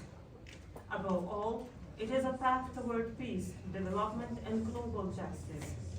Effective diplomacy transforms tension into negotiation, doubt into transparency, and polarization into partnerships. Distinguished guests, as I stand before you as the Goodwill Ambassador for Kosovo, in the country that has offered unwavering support to our people in the most difficult times, together with all European partners, allow me to present an extraordinary example of successful diplomacy that saved an entire nation, the people of Kosovo. The numerous peace negotiations between Kosovo and Serbia, the intervention of NATO forces, and the declaration of Kosovo's independence in 2008 are the outcomes of a long diplomatic process strongly supported by the United States of America and its European allies. Through EU-mediated dialogue, Kosovo and Serbia have been engaged in efforts to normalize relations, a challenging but necessary journey toward peace and stability in the Balkans. The Kosovo-Serbia dialogue is clear evidence that diplomacy requires patience, vision, and sustained international support. In this light, the role of the United States has been irreplaceable, not only in the past, but also today. American engagement reflects a leadership that builds bridges, not walls, that nurtures cooperation, not division. Today, Kosovo is a functioning democracy with free and fair elections, an independent judiciary, and an active civil society with a clear Euro-Atlantic orientation. However, the challenges remain considerable. Therefore, international support is not only necessary, it is essential for Kosovo to be recognized not merely as a regional issue, but as an integral part of European stability and the global peace architecture. Justice for war crimes, crimes against humanity, and the use of sexual violence as a weapon of war must remain a priority for all of us so that peace may prevail even in the hearts of those who have survived such atrocities. Vasfije Krasniqi Goodman, Ramadani Shore, and Shurete Tahiri Suleimani, survivors of sexual violence during the war in Kosovo, who broke the silence and revealed their truths to the world. And like them, there are thousands more, not only in Kosovo, but in every place afflicted by conflict. Ladies and gentlemen, despite its importance, we must understand clearly that diplomatic dialogue cannot operate in a vacuum.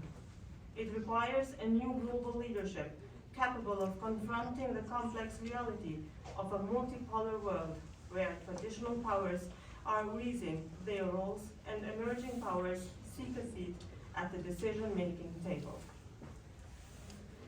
And here arises a fundamental question.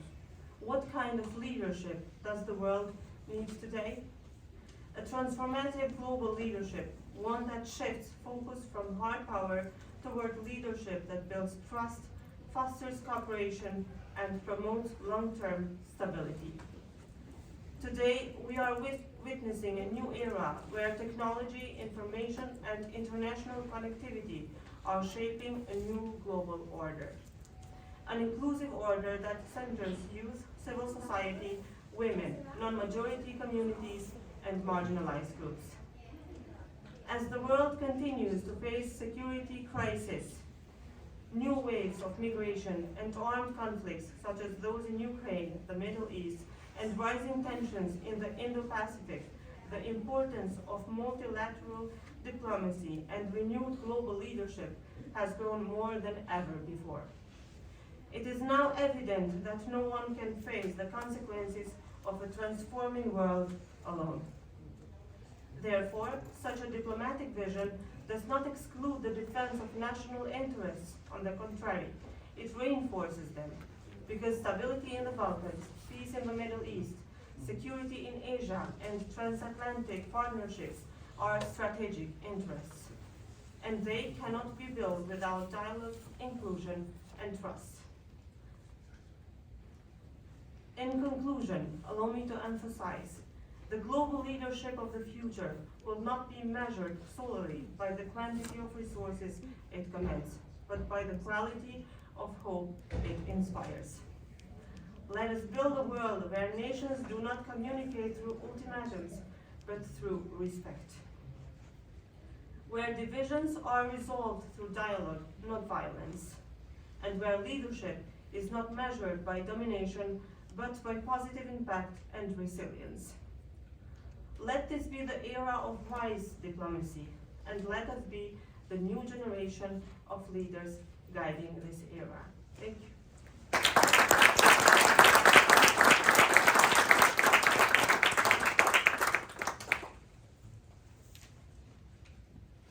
Thank you, Mishala, and I just want to thank you so much because she came all the way from Kosovo to be with us. So thank you so much for coming this far. We have have 2 more speakers and then we're jumping into the Q&A. Next we have Ms. Fionnuala Quinlan, the Ambassador of Ireland to the United States. She brings extensive diplomatic experience, having served in various international postings, and she is committed to strengthening Ireland and U.S. relations.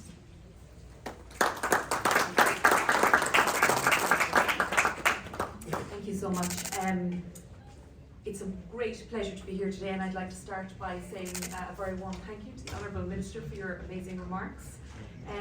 Welcome and thank you to the members of Congress who are with us today and to all of the distinguished guests.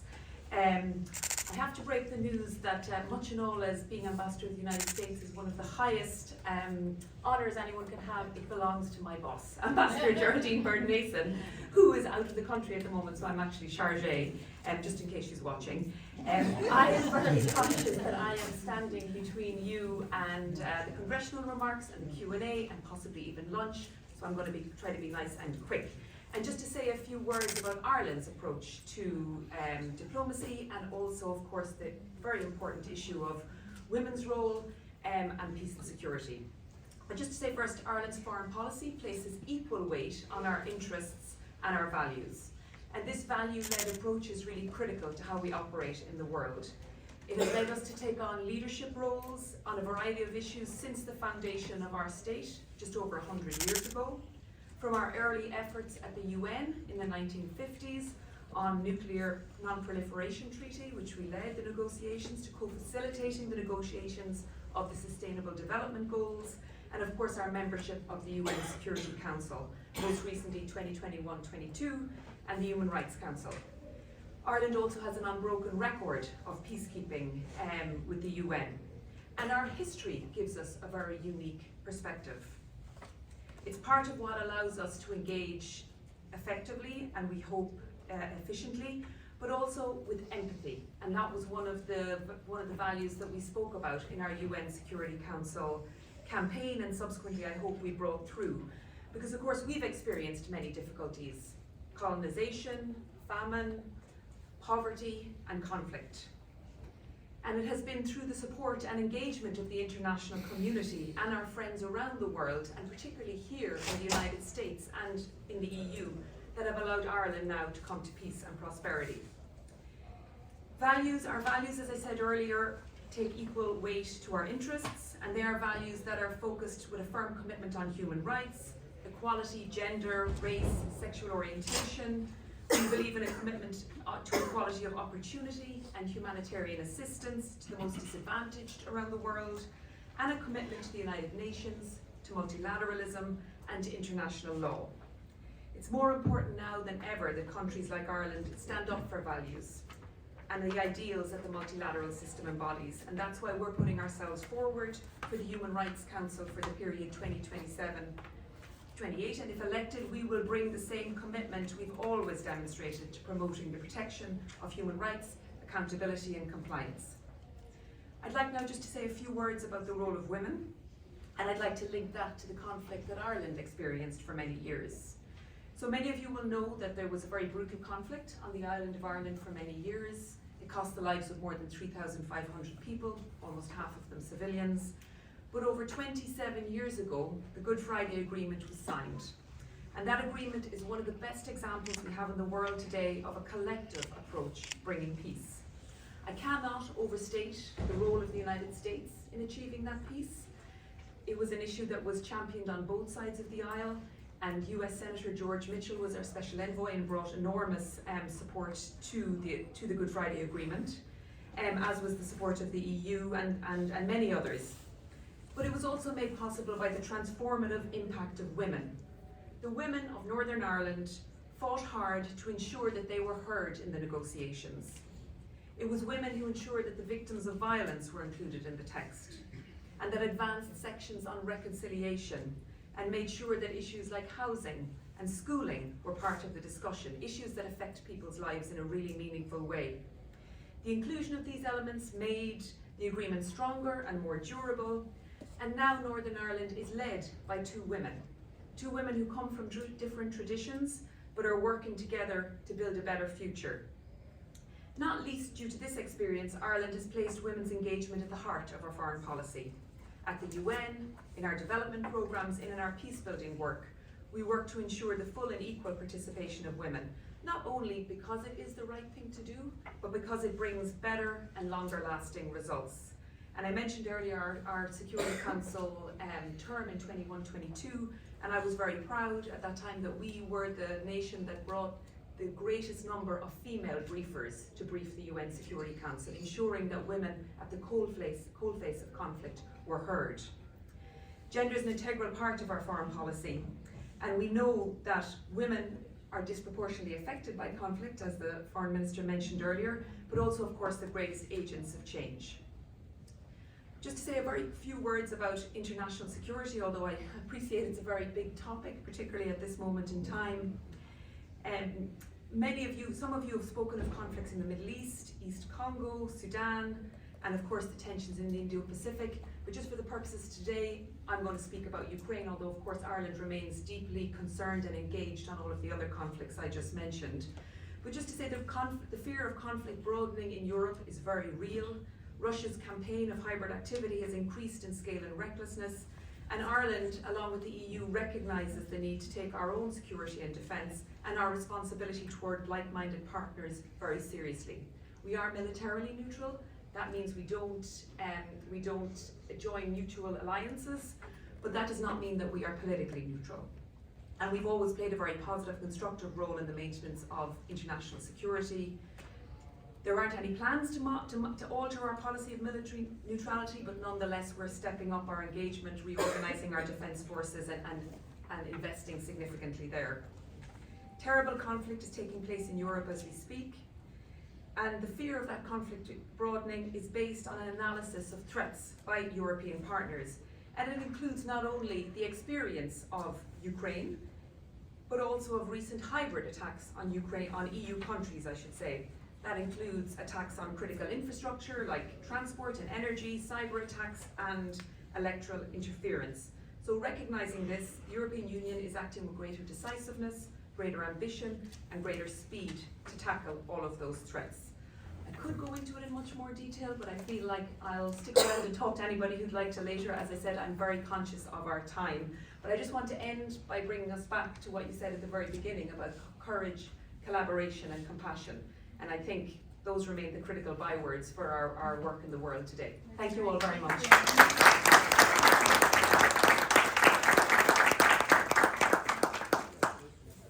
We're having a wonderful closeout with these speakers, and last but not least, I'd like to welcome Ms. Kaira Zahira bint Abd Qayyum. She is the counselor and head of the chancellery at the Embassy of Malaysia here in Washington, D.C., and she also plays a pivotal role in fostering Malaysia-U.S. diplomatic and cultural ties.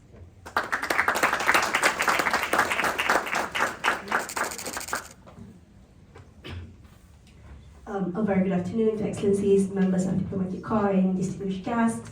At the outset, I would like to express our appreciation as well to the organizer today for providing Malaysia a platform to speak and share a little bit on our lands on global leadership and peace and security initiative.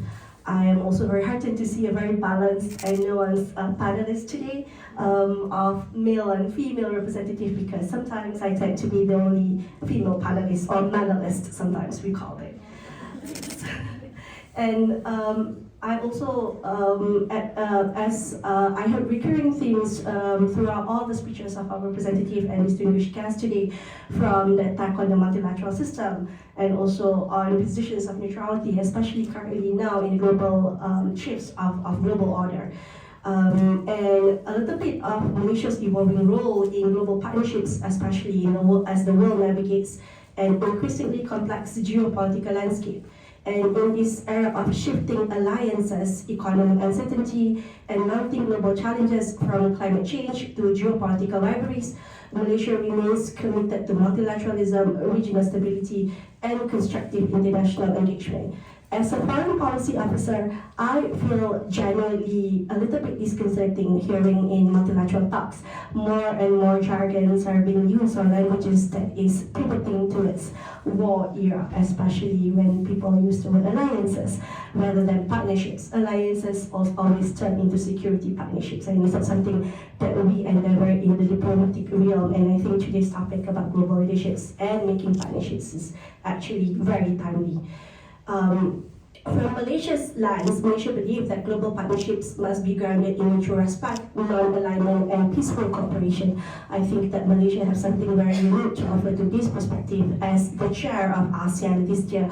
Or to those who are not familiar, ASEAN is the Southeast Association of Southeast Asian Association, which is a regional framework, and Malaysia is one of the founding countries of ASEAN. Malaysia continues to see ASEAN as a central platform to promote peace, economic resilience, and strategic balance in the Indo-Pacific, particularly amidst rising tension between major powers. And much have been predicted on or said on the demise of ASEAN or even the effectiveness of such regional framework. But Malaysia continues to place emphasis on ASEAN, as we see ASEAN is also a peace interlocutor between the regional and also other partners in ASEAN, including major powers. Secondly, we actively continue to support rule-based international order guided by international law and the principles of the United Nations Charter. Especially in a time when multilateralism is under strain, Malaysia would like to reaffirm the need for inclusive global governance, where small and middle powers have meaningful voice in shaping global outcomes. And I think this is much to be said on Malaysia's role in advocating the reform of the UN, particularly in the role of the United Nations Security Council, where we feel that much reform needs to be done, especially in how P5 voted in major crises in global conflict around the world.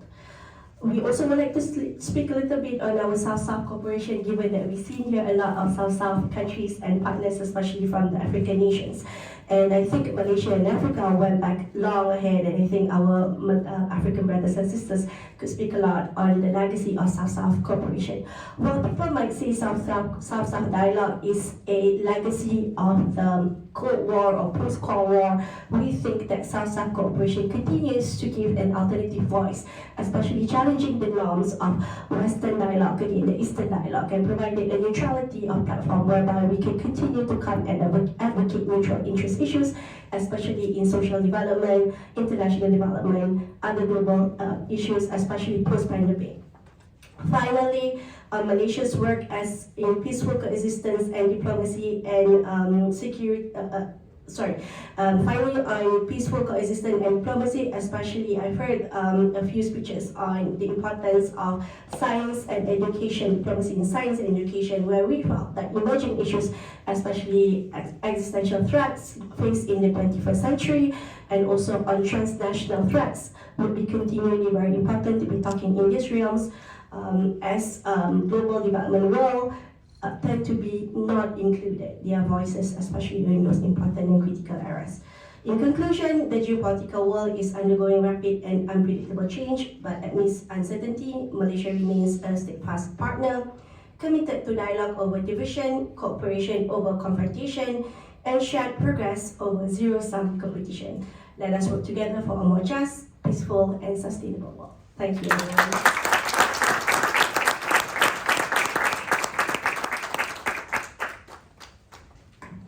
Almost out to lunch. Now we'd like to open up the mic to all of you to see if you have any questions that you'd like to ask our ambassadors. We have Chris back there walking around with a microphone, so if you have any questions, please raise your hand and we'll have the ambassador come up to the podium and answer your question. Oh yes, and let's please stay on topic. The questions that we're looking for are related to the congressional briefing, that's on security and diplomacy. So please let your questions be on security and diplomacy. Can you please stand up? Hi, my name is Margie Burla. I'm actually an advocate to end child human trafficking here in the United States. I am wondering, is there an actual treaty or some kind of a partnership that's being established between the U.S. and also outside skirts to end child human trafficking and exploitation? To date, we have raised about $5 million. for us to end child human trafficking within the United States, and we're looking for partnership and collaboration on the outside skirts of the United States. Excellent, and she's actually not lying, she's amazing. Is there an ambassador who would like to take on that question? What are you doing in your country regarding these issues, and is there an opportunity to partner? Wonderful. As far as we know, we don't have any international treaty or convention related to this issue that you are mentioning, but this is a critical issue. We have to be really conscious that all these organized crime that is sadly having these human trafficking issues, and of course, I'm speaking from Ecuador, that we are suffering this problem. There is no an international convention about this, but there should be, a lot of partnership between our countries in order to prevent and stop this. But there's not an international convention. Thank you. Thank you so much. Anybody else? Any questions? Excellent.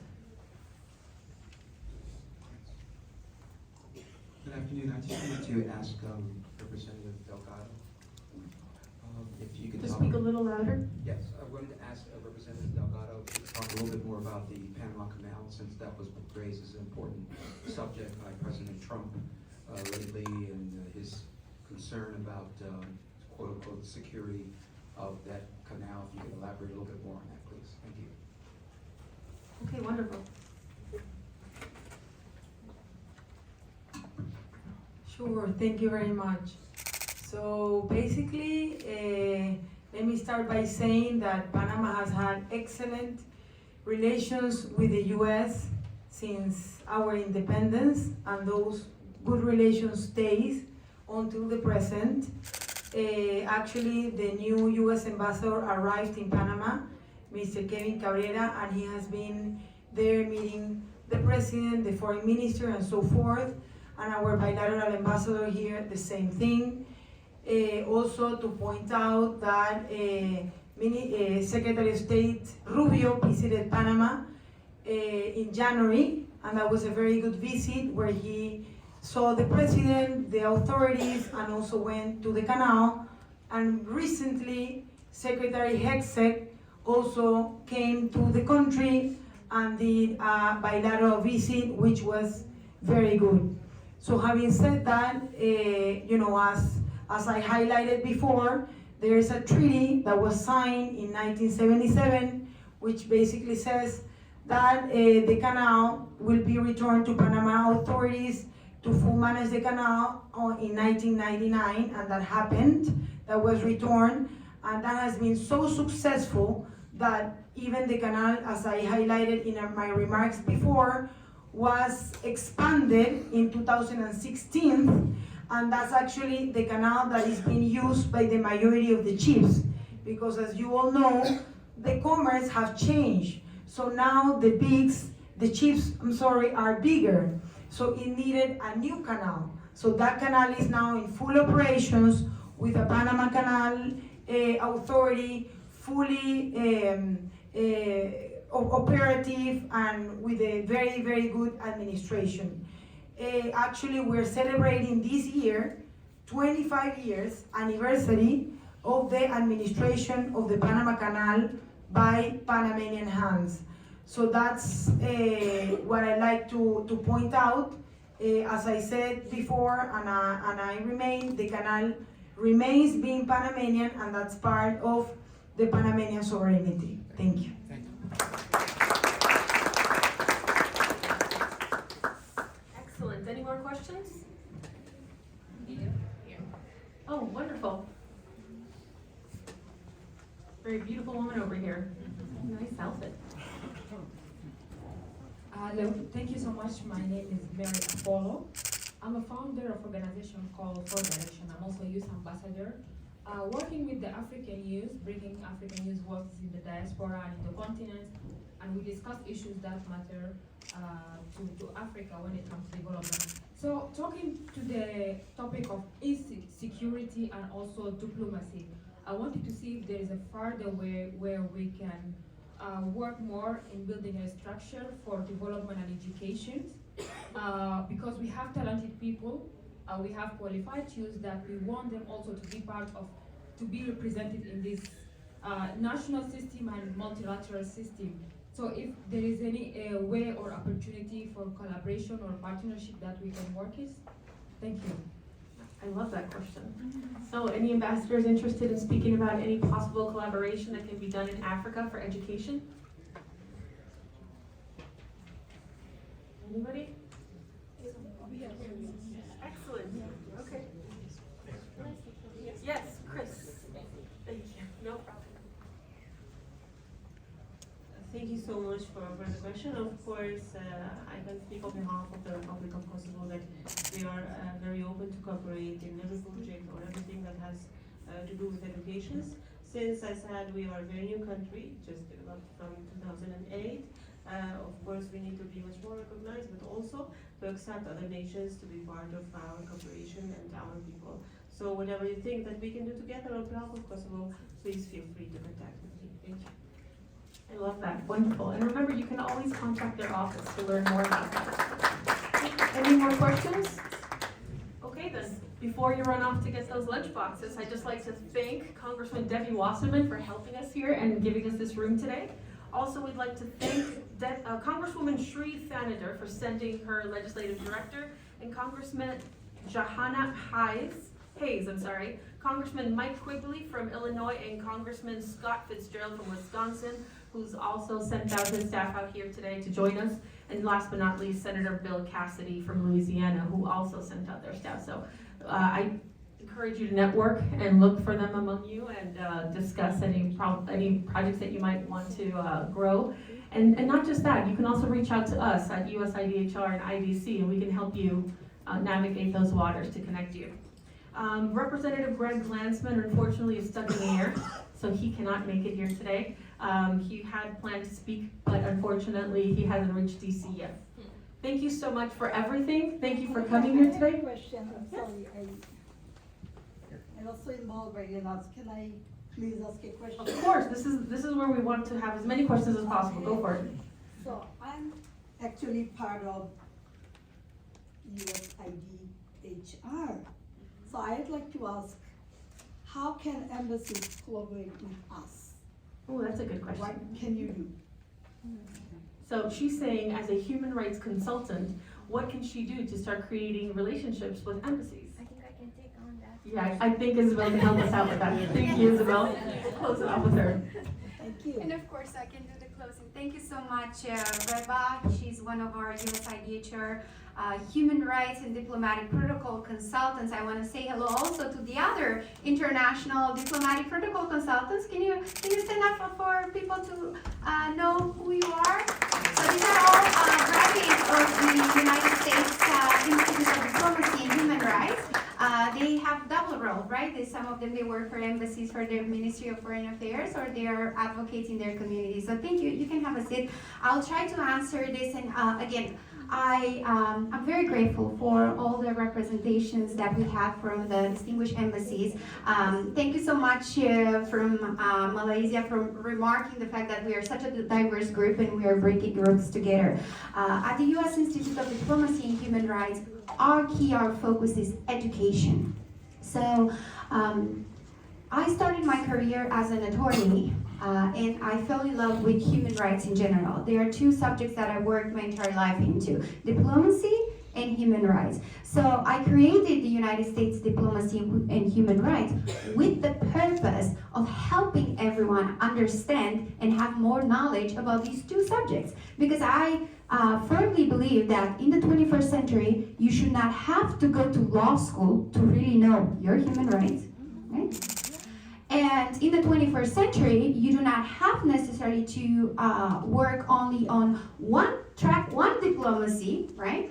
To actually be a diplomat, right? And acknowledge your community and help your community. So with that being said, one of the things that we do at the United States Institute of Diplomacy and Human Rights, we collaborate with governments. We do strategic framing for their countries.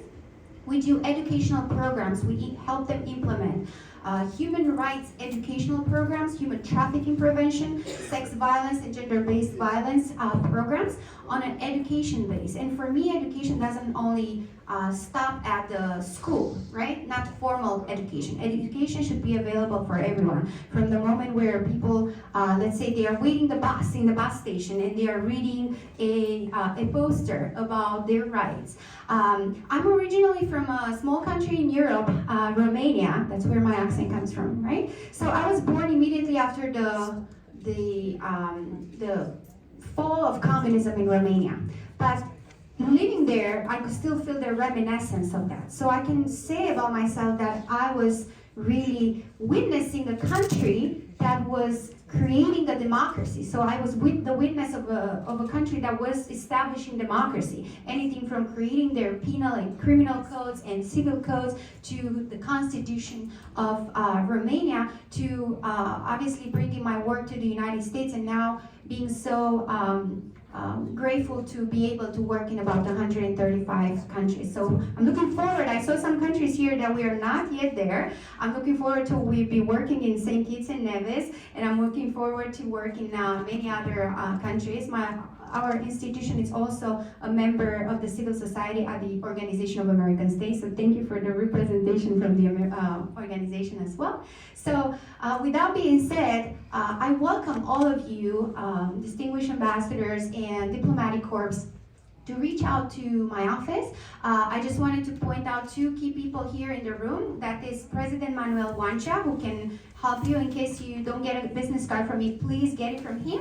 And our diplomatic coordinator of affairs, Ms. Ramla Usman also. So she's probably the one who's been bugging your offices to make sure that you're gonna be here. So those key people, and obviously me, reach out to us. We would love to do a setup meeting and see exactly what can we do for your nations, for your countries, to bring educational programs into your nations and everything that we talked here today. With that being said, let's declare this session, this congressional briefing of today, concluded. I want to thank each and every one of you for bearing to the end. We were a little bit behind schedule, but I think now we are up to date. So now I would like, before, I know some of you have other commitments, I want to take a group picture. If you